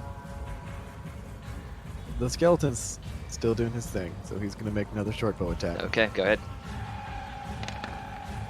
I move up towards the thing on my turn. Nope. Misses. He completely misses. And he's going to move 30 feet closer to it. Okay. And Siren, upon seeing like, okay, well, let's fucking do this, is like going to hold down some anger that Balthazar made them run anyway, and then she's going to move closer, and she's going to use Chill Touch. Because I don't know if these are I don't know if these are the same kind of trolls that we have other places, but if they regenerate, Chill Touch will help with that. 27. 27 So I'm hits. sure that hits. Yep. 4 necrotic. D8, so 1 and a 3. So 4 necrotic damage, but it can't regenerate. Okay. So I'm gonna gain hit points until the start of my next turn. And if it's undead, it has disadvantage on attack rolls against me, so rare, but yeah, so I Chill Touch. And yep, that is my turn. I am 30 Okay. feet closer. So Yun, you are grappled by the troll. You Do I have an arm free? have one arm free, yes. Good. And Sao is gonna reach into the top part of her coat. In a small pocket, she's gonna take out a lemur seed. And then, Oh, what? holding the lemur seed with her thumb to her palm, she's gonna use her other 4 fingers to gesture. And then, in a motion towards the maw of the beast trying to eat her, she's gonna scream "Wind!" and cast Gust of Wind into his face. Okay. And I'm Nice. talking about a 10-foot 40, a 10-foot wide, 60-foot length gust of wind blowing straight to his face. I imagine just like when you blow in a dog's face, there's like. Yeah, but here's the thing. I'm pretty sure they're gonna close their eyes. Cause fuck him.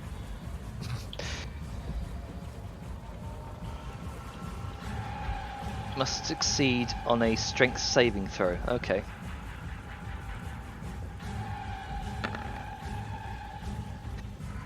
That's a 19.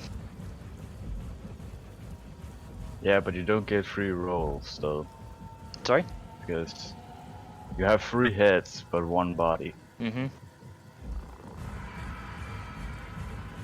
Yep, that's he'd say. I assume he saves with an 18. He does. Sorry, no. Yeah. Sorry, I was misreading that. That was both a 19 and an 18. But yeah, Yep. but I I'm mean- pretty sure he's not gonna be able to fucking look at me. Yeah, while it- having a- It's funny thing. These 3 heads, you don't see any eyes on the left and right head. You see one eye in the center head. That's the Cyclops. This Good luck keeping that open. this bloodshot red eye. And as you're kind of this gust of wind shoots over the troll, the eye shuts, and it just kind of grunts in annoyance. This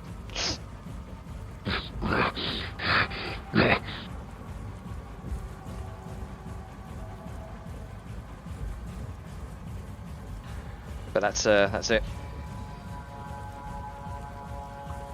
The troll, coming its turn, is going to take another bite attack. I'm guessing at disadvantage because he can't see me. Probably at disadvantage, yeah.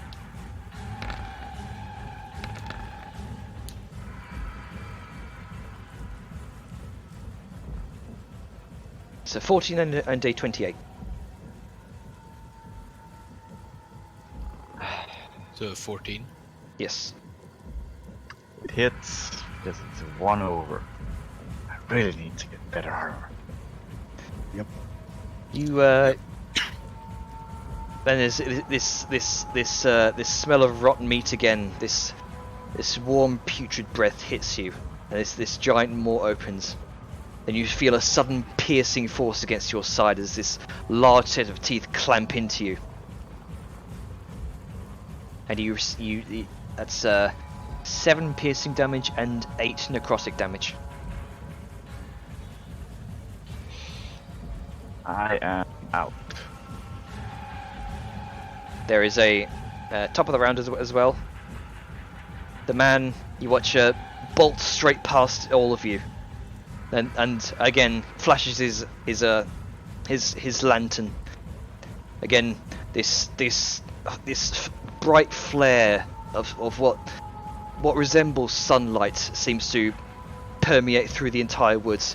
And from the canopy below, Sayun, just as you kind of lose vision, you see the light, and you see the warty, mottled, and tumorous flesh, and you are dropped 20 feet from the canopy.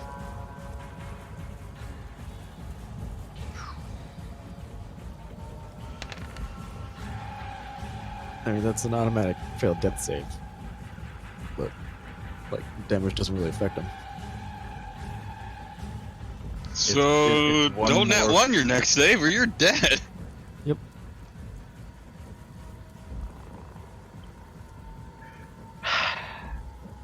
Wait, hang on. Yep, it's okay. Yep. It's happened. So I thought that would be 1 death save if you took damage. Yeah. It is. If you take damage, it's 1 failed death save. Okay, so right. Oh yeah, because in that one is 2 failed death Yeah. saves. Yeah, taking damage while unconscious is 1 automatic failed save. If somebody attacks you and damages you within 5 feet of you, it counts as a critical hit and is automatically 2 failed. And Right, and that okay. 1 is also an automatic 2. Right. Or Okay. net 20 is an automatic 1 HP and you're up. Okay. So top of the round, the man has flashed his lantern.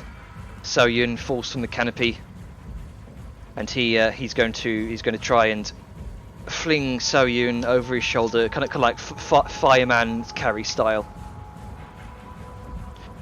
and he just yells to the rest of you.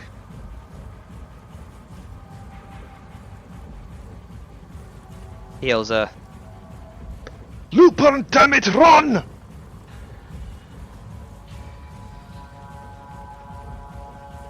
And he's going to bolt off in the other direction again.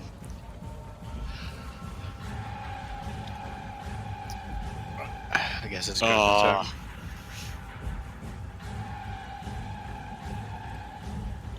Grunka, your turn. He's gonna look at the dude, who is, I assume, gonna run past him again. Mm-hmm. He's gonna look at the troll. He's gonna sigh again, and then walk back the way he came. The need for violence is escalating. Yeah. He's just tired of walking back and forth all the time. Yeah, no, it's a little annoying. It's muddy, But, it's raining. Neral is going to see the chaos happening 200 feet away, and she's again. She is terrified right now. This tiny little thing who has just been chomped on by a troll. She is out of there. She is following the man.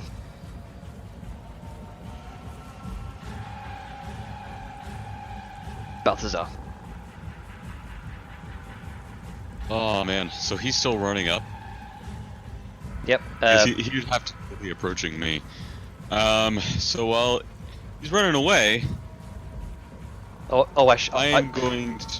I should mention that the troll kind of stumbling around, kind of hands clutched across the central head. I'm gonna keep using that gun, and I'm gonna send a couple of more blasts out at this guy. Okay. Roll your attacks. 25 hits. All right, and here's the second. Oh. Nat So 20. here's the Nice. normal one. There's 6, and here's the nat 20. 10, so 16 force damage. 16. Nice. As I just try and shoot it in one of its many faces. You shoot it in the left face, and it kind of reels back and shrieks. And it kind of you watch it snuffle around, trying to find out where it came from.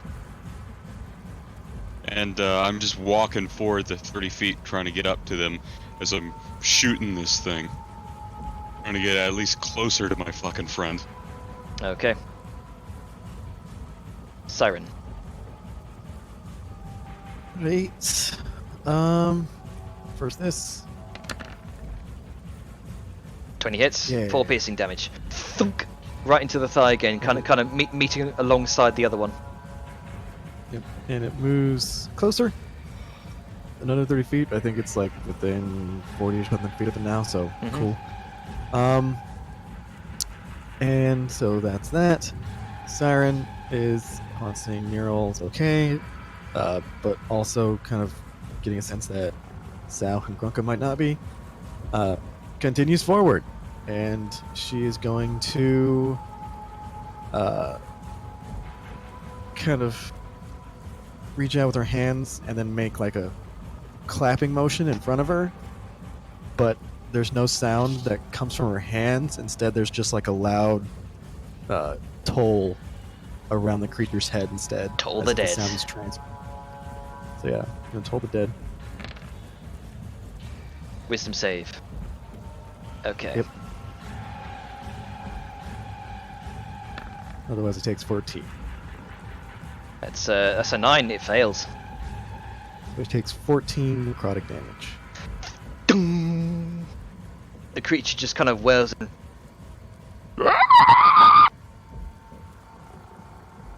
and it keeps stumbling around, just clutching its head in pain.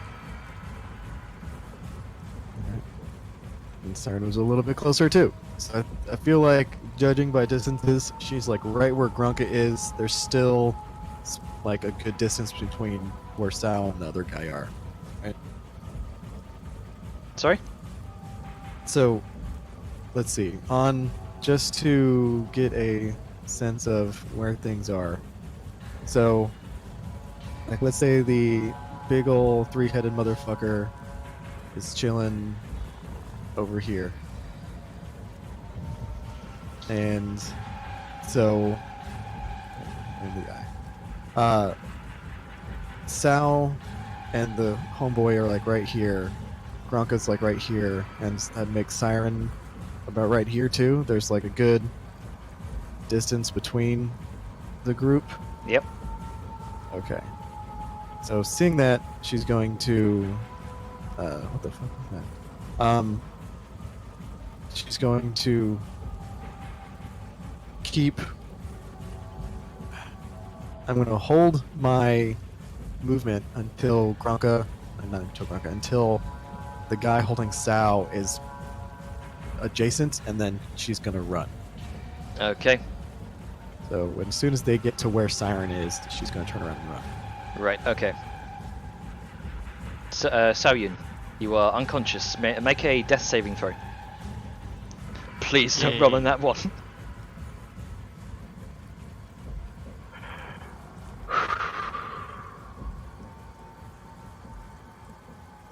Hey, Success.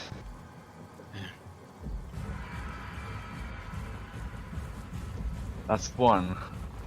Yep. So now it's 1-on-1.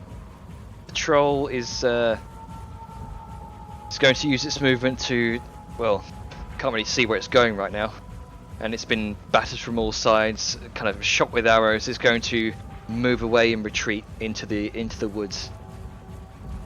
You watch this massive form, through the canopy, kind of crack into trees on its way. And that's going to be its turn. It is further away now, about 40 feet away. It's used its full movement as it's been stumbling. So it's like this far away now. Grunka. Yeah. So this thing is now running away. Yes.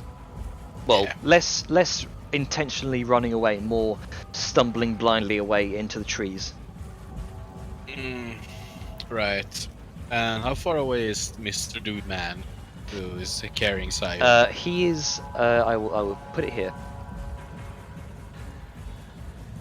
He is just about here, with we'll say Siren on his back. So Sorry, Sal. Yeah. Yeah. All right. So how far away would that be for Grunka? Is he running up to Grunka or running away from Grunka? He's. Well, where is Grunka? Well, he ran after the troll first, and then he gave up and started walking back. And then when Sao got taken, he started run towards it again. Oh, right. Okay. So he was like never. He was never over by Nirl. He was more close to the troll, I guess. Oh, okay. So since the trolls walked away now, I will say, yeah. The man is running right past you right now, Grunka. All right. Grunka is going to yell at him to put the shooty orc down, and he is going to use a healer's kit in order to stabilize her. Okay. And he sort of responds to you and says,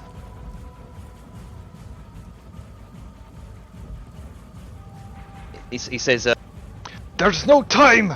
The sun lantern effect could wear off any moment. We need a safe place." hey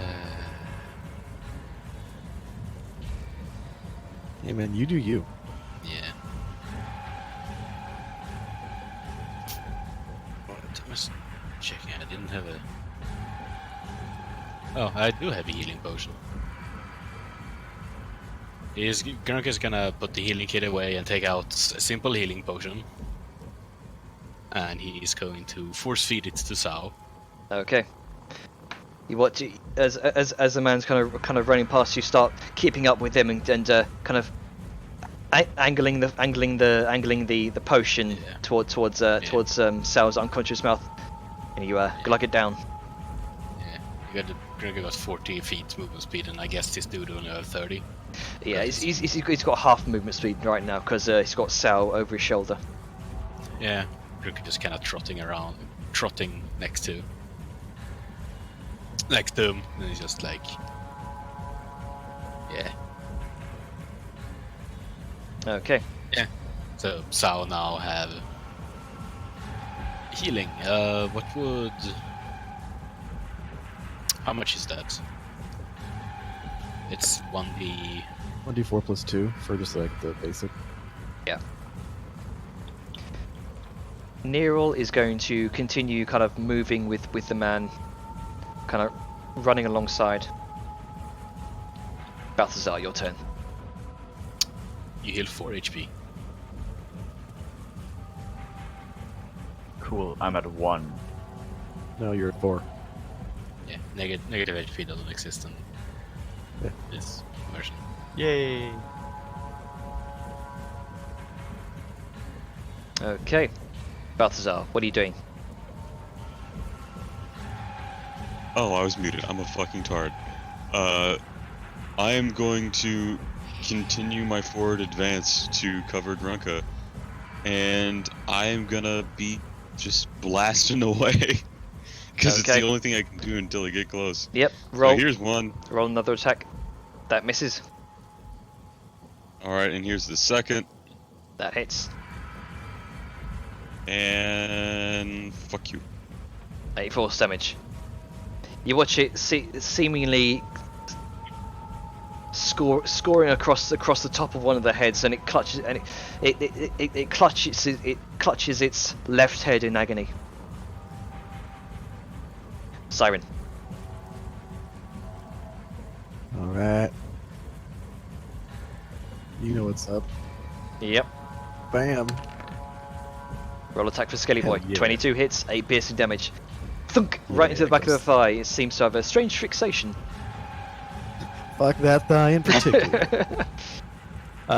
And then Siren is going to, fuck it, just gonna pull some dead again. Wisdom save. So, 8 and 8. Hey, it's not bad. Yep. That's a 7. It fails. 8 damage again. She does like the silent clap, but the sound appears around his head. It's like ventriloquism via suffering. That's a really great way of putting it. It's creative. I'll go with that. Soyan. And then, yeah.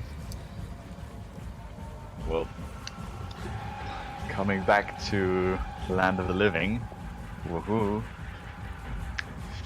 Sao is mildly confused as to why she's not dead, seeing as the last thing she remembers is a bright light. And B, the troll sort of dropping her, so she was expecting sort of a different place. But a quick glance around, she gets her bearings and just sort of follows the others. Okay. The man kind of sees you kind of struggling a bit and puts you down and kind of waves you off to follow the others. And he says, "Get to safety! I will hold it off!"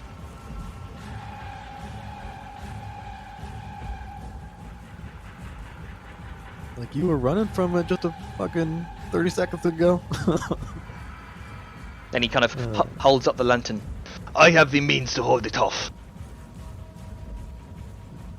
Then why don't we kill it?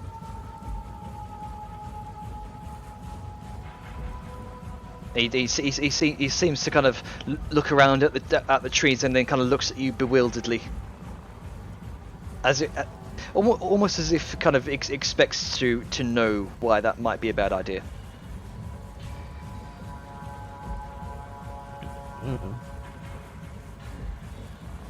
Like on this. Quick question: did we hear more? Like, is the thundering still happening in the distance? From your encounter with this troll, this troll seems to be the origin of this thundering. Oh, so it's not like other trolls will appear out of the forest. You don't know, maybe. Well, that's what I'm trying to fucking figure it out. Okay. It's not even my turn. I'm sorry. Go, people whose turn it is. I bet. It's the Who troll's is for? turn. Sao Yun. I just had my turn. Oh, Okay. you're not going to attack from distance? A troll. Bitch, I just got back from the dead. A troll is going to use both its movement and its action to sprint off into the distance 80 feet through the fog.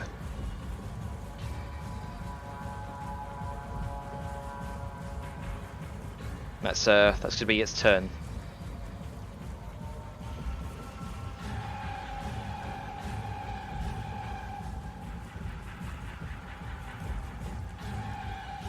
Grunker, what are you doing? I guess I'm just kind of giving Sayu a pat on the back. I just kind of wave my hand again towards the way of the cart. I just kind of just walk through the mud. Okay, Nero. Nero is going to follow the rest of you as you seem to be moving in the opposite direction of this three-headed tower of death. She's much too petrified to do anything right now. Balthazar. Well, where is Sao Yun and Grunka in relative distance? Grunka, I should have made a bloody map for this. Yeah, you should. Sorry about this. It's okay. We can do. Nah, it's okay. Theater of the mind, man. It works. Yeah. I mean, it's a lot more imaginative. I'll say fucking- I'll say that you five are sort of kind of closely gathered together now. Yeah, I guess we Okay. can out of combat. Because I have been advancing. And it went off 80 feet. And I Yep. was real close to it. So I'm gonna continue to take my parting shots. Actually, Okay. wait, I'm gonna be next to... Because Nero's way up there behind me now, right? She's going back to towards the cart. Yeah.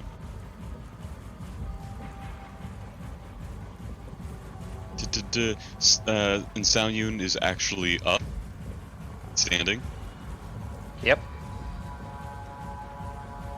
Balthazar will look to tell you. Just barely. She's kind of stumbling along, clutching her side. Can you move? I can. Just fucking move. Can you dig it? Then I'm going to grab her by the scruff of her collar and just say, "Then we go now." And as he does, his hand is really cold against the back of yours, and then it gets warm, and you gain 10 hit points. As he gives you a good old lay on hands, and then starts to try and pull you back away towards the cart. Hmm. So, measure dim hit point gains. Okay, is that going to be your turn? Yes, I try and get her and retreat. Okay, Siren. You know what up. Yep. Let's go, motherfucker. Go ahead. Roll for bony boy damage. Ah, He Boy, does that's not it. hit. He does not manage to hit the thigh this time. Okay, but Siren is going to send a telepathic command to come back, like to retreat, and he starts moving back towards us, kind of shambling because he's a skeleton. And then Siren's gonna do because this thing pissed her off, and she's gonna toll more dead. Okay. That's it can go 80 feet, can't it? To what? The troll. He's too far away. You're right. Then Yeah, chill the touch. The troll has moved away a further 80 feet. Okay. Yeah, he is gone. I think chill touch will get one final attack, and that's it. Okay. I know 17 hits though. 17 does hit. All right. And the motherfucker takes 6 necrotic damage. Okay. Siren gives him a fuck you kind of hand gesture, and then moves back with the rest of the party. Okay. So, Saoyun, the troll. We will say for now that combat has ended. The troll has fled, and you still feel the kind of reverberating footprints, kind of footsteps in the distance.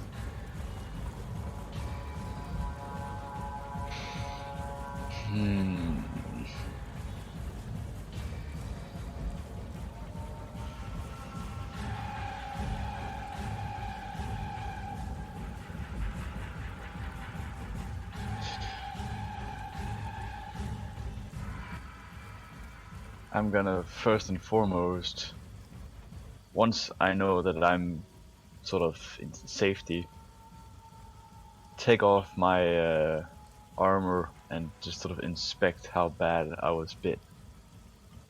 It's bad. It's very bad. You can see what seems to be, though the healing has mostly taken effect, there are still great bloody welts from these massive troll teeth. There's definite humanoid bite mark there. It's like the after effects of a shark bite, although the teeth are less sharp and more kind of more flat. And you see it in the distance, more kind of strobing sunlight, kind of more bestial shrieks in the distance. It seems the man is trying to ward off the troll from advancing again.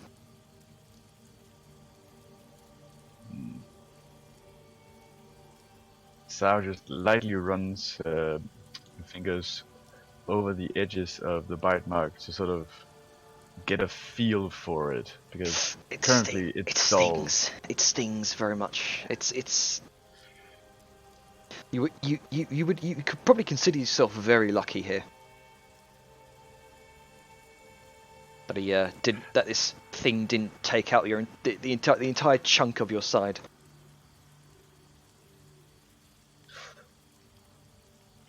Sao just breathes in deep and lets out a sigh of relief.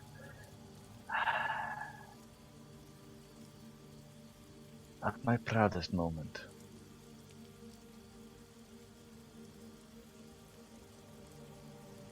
And then she sort of gets dressed again, but more to cover up the wound. I.e., sort of bandage it up in a way. Okay, Yeah, Grunka will help a bit with this healer kit. Yeah, make a medicine check with advantage then. And as you're doing this, you see the kind of silhouette of the familiar man kind of rapidly trudging through the forest again. And he meets up with all of you. Is everyone all right? I'm alive. Barely. But alive nonetheless. Thank you. We need to get out of this forest. There is no way that we can fight it in here. The trees are too dense.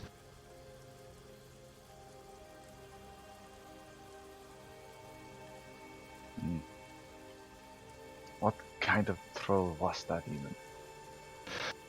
I will explain it when we are in a safer place. We cannot idle out here. There.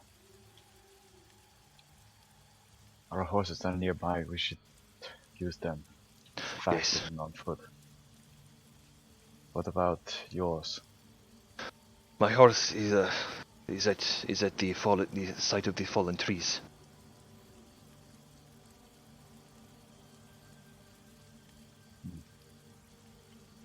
Is that where your horses are? It's close by. Very well. Let us go. And he begins making his way off into the forest. Back from the way you came. Alright. Yeah, I'm just gonna follow. Yeah, that works for me.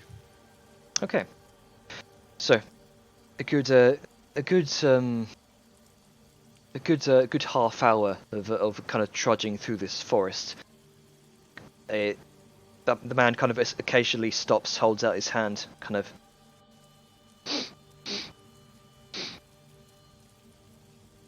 It's clear. Let's go. He kind of continues trudging along. Eventually, after about a few more minutes, you find yourselves back at the site of the fallen trees, where your horses, your kind of caravan, and the lone horse you saw is there, kind of waiting. And Venom immediately looks over you. What the fuck happened? Who's this? And Sal just lightly raises her hand to sort of silence him and just goes, "Troll, biting, bad day." Vellum just looks horrified, and the man just kind of holds out his hand. I am Hans Ingolf.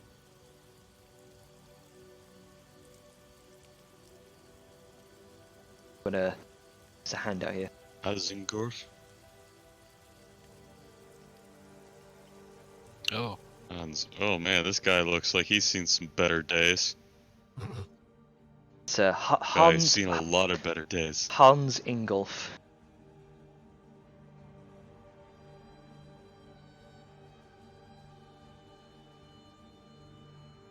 Damn it, Chrome! Stop being slow. Let me close this. He honestly looks like he should have been dead like 30 years ago. There we go. There's a name in the chat there. That's about right.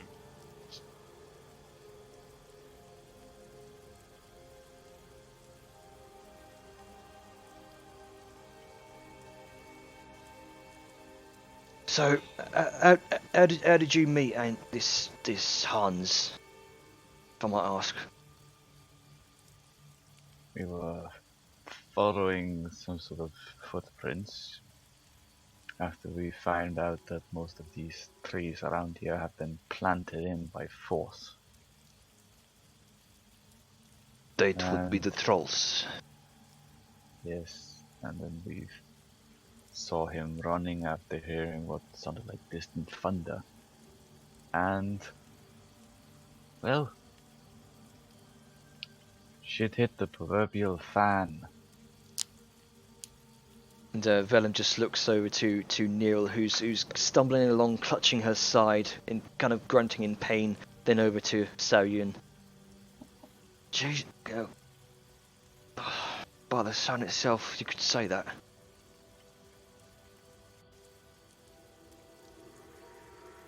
And he watches as Hans looks over to Nero and Sao Yun. Those are some lusty troll bites. It You is don't going to say. get infected if left untreated.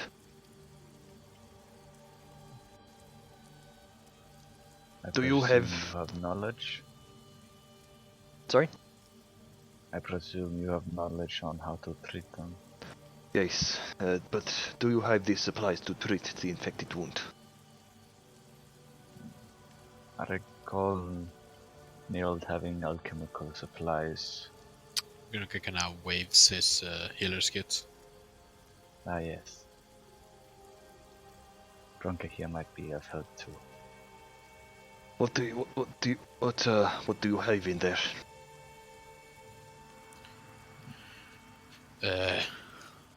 Grunka kind of opens it. See, Shows the selves and spirits. And all Okay. that. Bandages, you know. Bandages, salves, ointments. No, I cannot work with this. What your friend did there? The horned one. He healed one of your friends.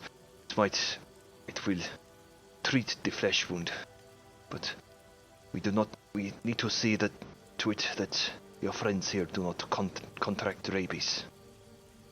The trolls that wander this far out of their natural migration patterns always have rabies. I do not know why, but I think there is a connection. They are not supposed to be out this far east.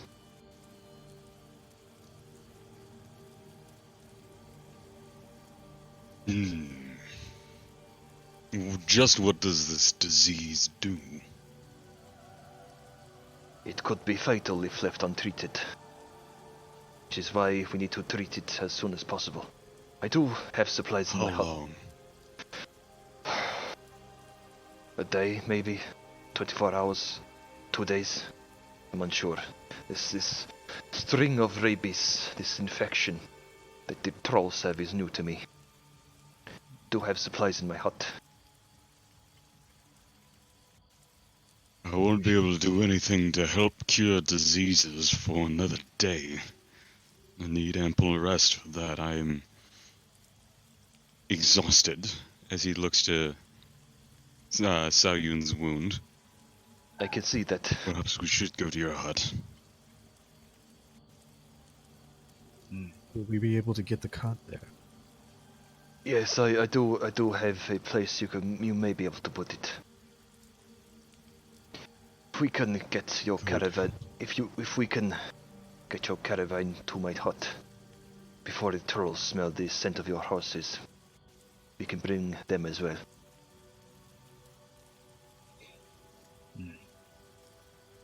We should probably get moving then. Yes, I don't want to stay here for that creature to come back. And then the skeleton finally reaches us. Like just. Hans just kind of looks over his shoulder, wide-eyed, and then Come. Sarah just It- kind of motions it- for it, and it like comes and stands beside her. he kind of shrugs it off. Strangely enough, it seems like he's not unfamiliar to this sort of stuff before. And Sao just looks at Siren with this sort of, "Are you kidding me?" look. Just really.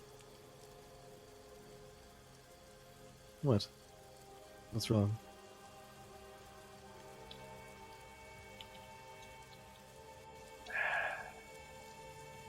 Just get me patched up. I'm assuming that's where we're headed. Let's lead the way. And with that, Hans says, Very well, let's go before that troll shows up. with that, he begins to help you kind of unstick your caravan from the mud. Kind of jumps up on his horse, which he's kind of left tied by the side of the road here. Takes away the rope. You begin your way onto the kind of back through the road you just came down, then kind of along the kind of outer side of this forest. As you're kind of riding, he says to all of you, You know it has been following your scent since you left Morkney. I have been keeping it at bay, away from the town for the last few days. From what I know about trolls, they pick up a scent, they pursue it relentlessly. So we're gonna have to kill it eventually, is what you're saying. Well, That or succumb to failure and let it consume us. Saren glances over Balthazar. He like makes a few motions with her fingers and mud or something, and then all the mud is off his clothes. well, I Okay.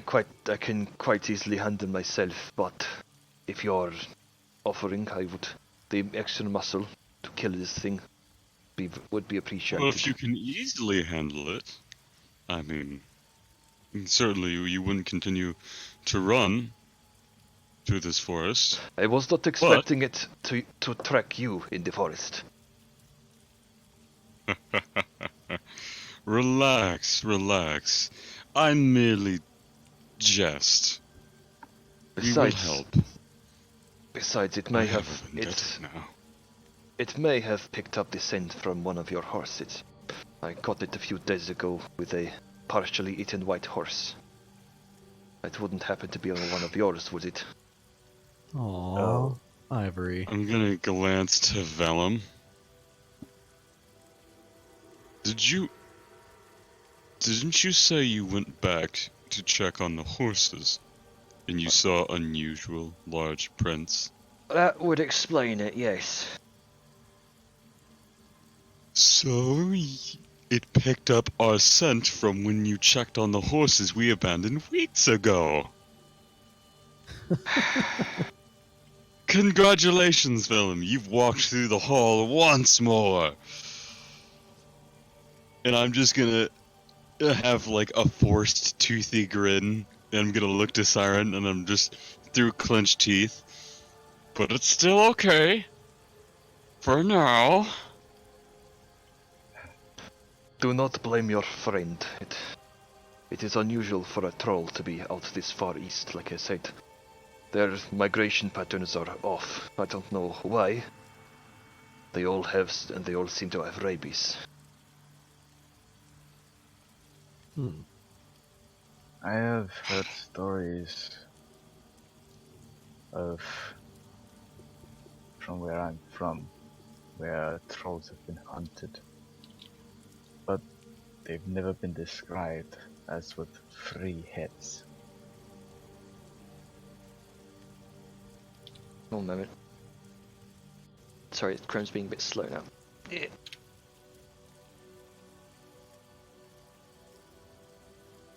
Do you have an idea how Sable's gonna feel when he realized that he let us back?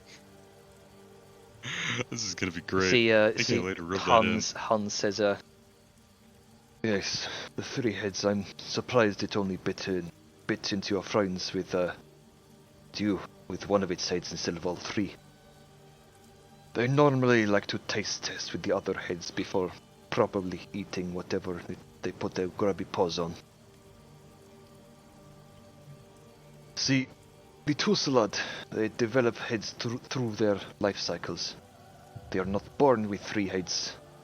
They're born with 1. The others grow later. They only have 1 eye in the middle, the original head. See, the other 2 heads aren't real heads. They're just formations, protuberances, which resemble the main head, in order to scare other trolls or impress the female trolls. Is this anything like the rings upon a tree? An indicator of age or perhaps superiority? If it's... You could say that, yes. The Tussalad are renowned for being very territorial. Have you ever seen one with 3 before? Quite often, yes.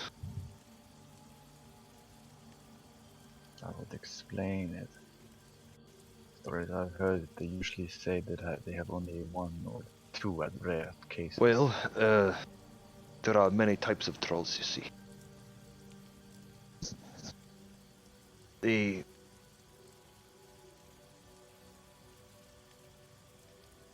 Oh, one moment. I guess that chalks it up to regional differences.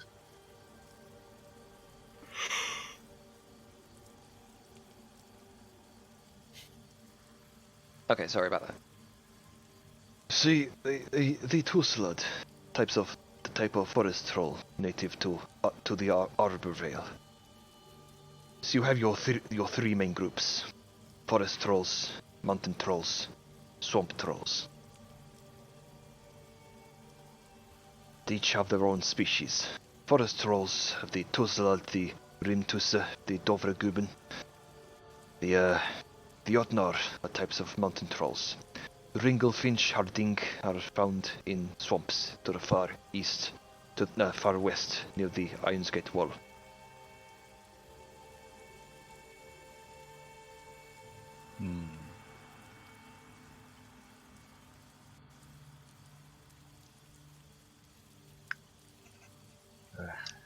That is a lot of hard to pronounce words for making notes. Sorry, let me Yeah, would you pop yeah, that maybe? I'll do that. Because I know Ava and I are both gonna want to record that. You're. I'm also like writing up very detailed notes. Mostly Which is about very good. combat, So because the that was yeah, intense. so there's the types of trolls were the forest trolls, the mountain trolls, swamp trolls.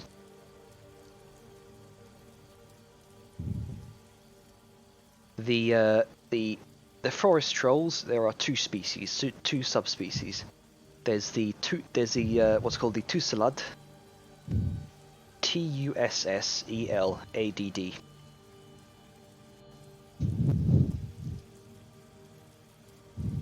and there's also the Rimtusse, Rimtusse. There are the mountain trolls, which are the Dovreguben,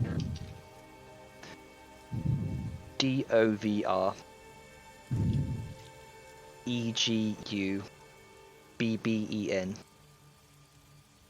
and the Jotnar, which are the Jotnar.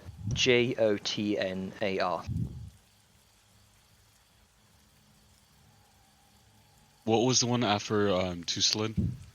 The Rimtusse. Rimtusse.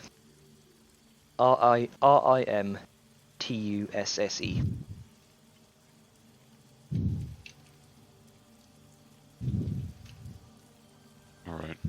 They were the forest ones, right? Yep, Tusslad and Rimtusse. The mountain. And the Dovin and Jontar were mountain. Yeah, mountain trolls are Dovreguben and the Jotnar. Okay, cool. Swamp, you. There's a swamp trolls as well. There's the Ringelfinch. Exactly how it's spelt. Ringle Finch. Finch. And the Harding, which is just spelt Harding.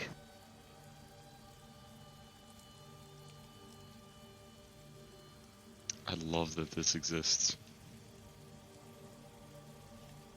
And these are found to the west, he said? He said that the swamp trolls, the Ringelfinch and the Harding, are found in the swamps to the far west near the Ironsgate Wall. The Tusselad are a type of forest troll native to the Arbor Vale.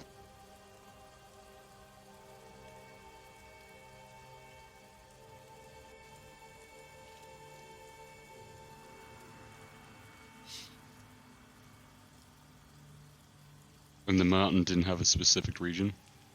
Didn't have a specific region, no. Got it.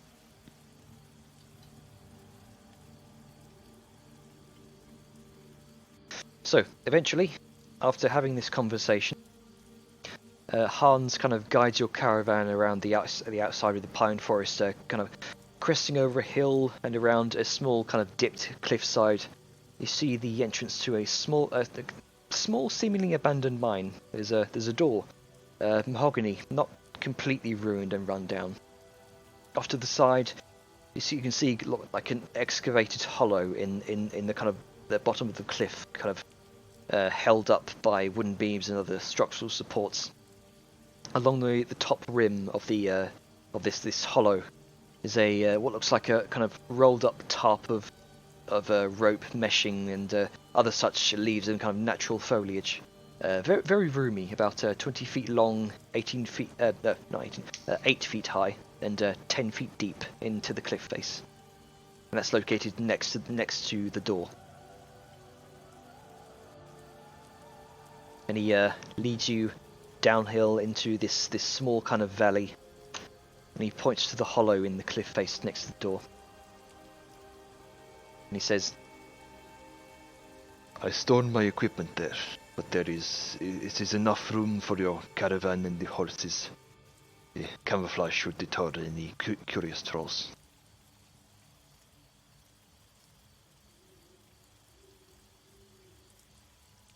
I like your style. I do what I can.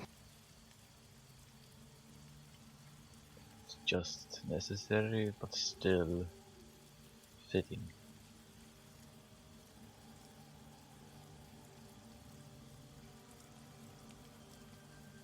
and Hans kind of guides his horse into the hollow there. You can see kind of as you look into the back of this, all sorts of different tools and other such things. There's tools for sawing, cutting, tagging, anything you can think of.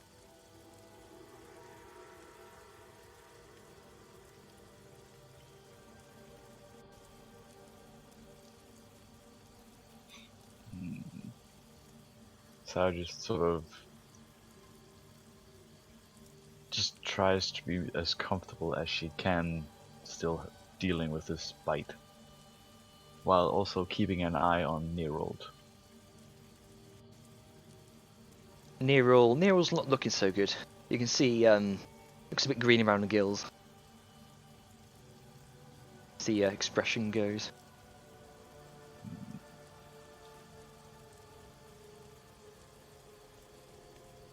So, what are you guys doing? Sao is gonna make Hans treat Nerold first. Okay. Yeah, Grunka's gonna help, Okay. So, but we should stop soon. Yeah. This might be a really good resting place, just as Yeah. you prepare to treat. well, it's not. You come to another door, which he kind of unlocks, opens into a unexpected sight for an abandoned mine, kind of illuminated by candlelight. You and the rest of your party and Hans kind of he leads you down into a quaint, almost homely dwelling. It's small, 3 rooms. I'll bring up the image here.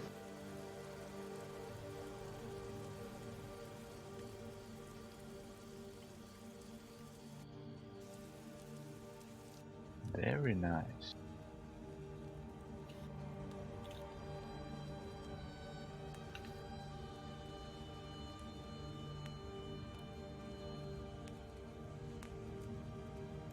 Yeah, it's kind of small 3 rooms at most. Yeah, each only like 15 by 15 feet. Low ceiling, about 7 foot high. One room has a few rudimentary beds in it. The main room you enter has a kind of a pot filled with some kind of stew that's been cooking while he's been out, as well as the table, few chairs. There's also a storage room to the far back. One of the first things that's very out of the ordinary here is the incredibly pungent and familiar smell same one you encountered before the troll attack.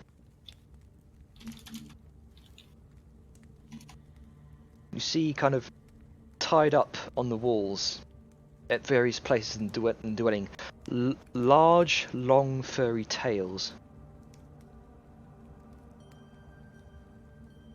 You see, kind of off to the side, you see some sort of slimy mixture of something. Various kind of long brown hair sticking out of it. And you kind of look over it. Vellum kind of. What is that smell? And Hans goes, Concentrated troll stink. It is a mixture of everything and anything you can squeeze out of a troll. Delightful. Tasty. Can I ask why you keep this around? Well, trolls tend not to like each other very much. They're fiercely territorial animals. Depending on how much troll stink you have put in one place, they will either not smell you or stay very far away from you. I apologize about the smell. I suppose I've gotten used to it over the years. Helps to permanently stink of troll when hunting them is your job.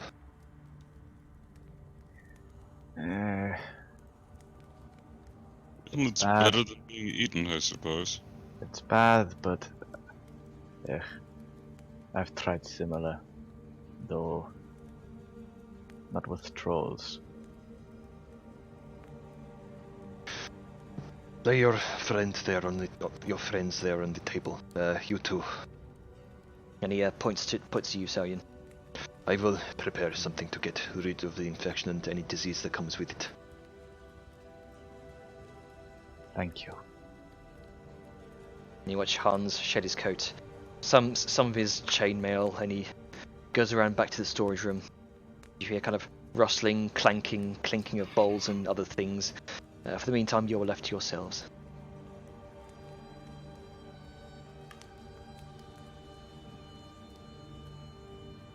And with that,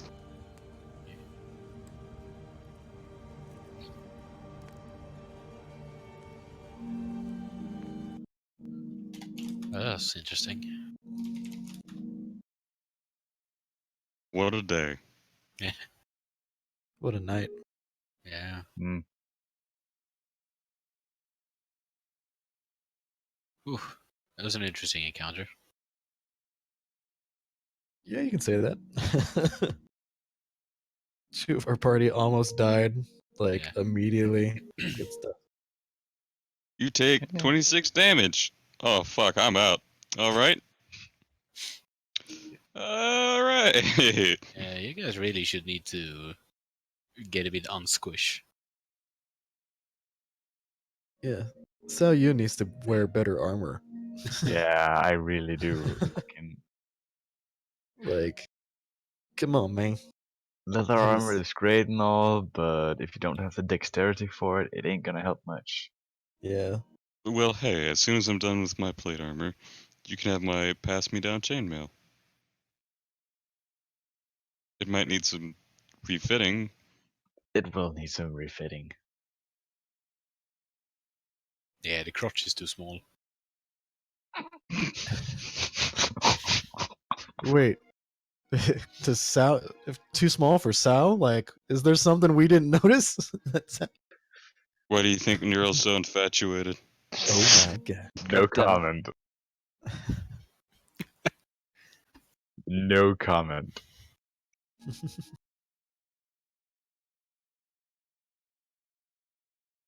And everyone's got to be a dick girl, even the Yeah. men. Well, that was fun. Yeah. Yeah, I suppose. guys are very quiet. Yeah. Yeah. Yeah. First and foremost, that was a fun session. Thanks for showing up, everybody who could show up. Yeah. Yep. Scraped by the skin of our balls to make a party. And Almost thanks for the losing it. people who decided to stop by the stream or stop by the call and come hang out. Yep. It's Thank always you. nice to have company. Thank you, Yeah. 2 fans. Our two fans, Mark and the Dragon. Black Yeah. Spice Dragon. Yeah. There's a few more in the stream chat, but yeah. Oh, I'm sorry. I don't watch stream because I feel like that's cheating. Same. Hold on. I'm gonna go into stream and then say like, "Hey" to the people watching. But I'm just happy I could get to it. I'm happy that. See, who else is there? Do you have any idea how great Balthazar's ego is going to be? Like, yeah, well, Crab I 3. got the giant troll to bow to me. What did you do? Oh, you got eaten? You got eaten. You actually, Siren, you did pretty good. Good job. Yeah, Grunka, like it tried to hit me, you're nothing fast. happened. Like, hey, I was fucking that troll up. Yeah, you did really good. Yeah, everybody did good, whether they did good at their job or did good at not dying. Everybody did good. Some people did good at getting eaten.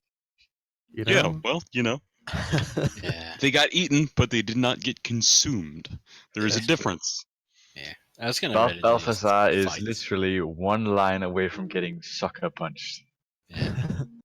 And hello, Crab 3 and Mini Koopa 2 from the stream. Yeah. GG. Yay, Crab Only and people I've seen who Koopa. said something, so yeah. Yeah. Yeah, I was ready to fight that thing, but everybody was running away, so it was like, oh, okay.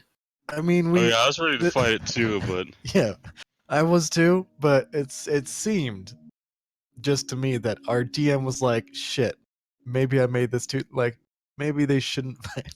I felt like things were. Yeah, it was a bit too like, yeah, you shouldn't fight this. And I was like, yeah, okay. Which is, Should you know, fight probably this for the challenge best. accepted. Yeah. Yeah, that was nice. It was fun. And now Also, we're in the hands of a pseudo Witcher dude. but Sun Lantern. Yeah. I'm gonna identify the shit out of that. Like, hey, can I see that lantern? I'm gonna identify so much fucking shit in his stash if he lets me. But the lantern, ooh, I'm gonna need that. Yeah, that was fun. yeah, it's gonna be a fun Yep. time. Black Spice Dragon has it in D&D general discussion. Exactly. Mhm. I was kind of worried that everybody kept damaging it. I was like, I hope that doesn't like break the blindness like South's bomb did. Yeah, not I was blindness, kind of worried, like, blindness. you should probably stop shooting it. Nope. It like tried to eat their little sister, so like, yes. At I least mean, my plan was to sort of try and either deafen it sort of semi-permanently by shooting it in the ear, or sort of blow the head up. But when I got told that there are 3 hits, I'm like, yeah, the bomb's the choice. Yep, it's true. Yeah. I mean, I was really down to fight that thing. It seemed like we weren't supposed to fight that thing, and I'm like, let's go with the narrative. But it downed my 2 favorite nut sirens. So That's a compliment, I guess. yes, Yeah, it was kind of like, yeah, okay, this thing is actually like very, very big and very strong. So let's It's not it's get. 25 to 30 feet tall. Yeah, listen, it's almost You as far as have- Grunka can run. you have 6 PCs here, and we all want to do some epic adventure, cool guy shit. So when you give us that options of a giant monster that's hurting the people we care about, we kind of want to fuck it up. Yep. Also, we're 4 range-based characters to some extent. Multiple spellcasters, a fucking unkillable barbarian, and a fighter that can slice and dice basically anything. Julian and fries. But yeah, It's I fun. think we tried to bid a bit much. Yeah, it was kind of spooky before the combat actually began with all the Bit off a noises. bit much, you would say. Yeah, with the noises and the stomping and all that. It was kind of intense. Yeah. Yeah, I mean, no, it was a I good really session. liked that. Yeah, That was Very cool as Sound fuck. effects were great. yeah, Had a little bit of a genuine panic feeling there. yeah. It's like, what are you doing, guys? What are you doing, guys? It's like, smash it. Yeah, that's fun. Also, now we have like pseudo zombie rabies trolls. Yeah. Oh man! As soon as I get a high enough level, I can use that as an undead. Yeah. As soon as Oh, you God. said rabies genre, I was like, oh, that's like some 24 days later shit. Rage zombies. Yeah. Yeah. No. Yeah. No, Fuck please. that shit. Mm. Ugh. Rage zombie trolls. Good lord, that would be Yeah. something. Please Yeah. no. No, thank you. Don't you dare. Big, You know, I put big- something in big, D&D big general. thunk, big thunk. Yeah. Oof. Right, I I'm know. gonna end the stream here as well. Yeah. Yeah, that was fun.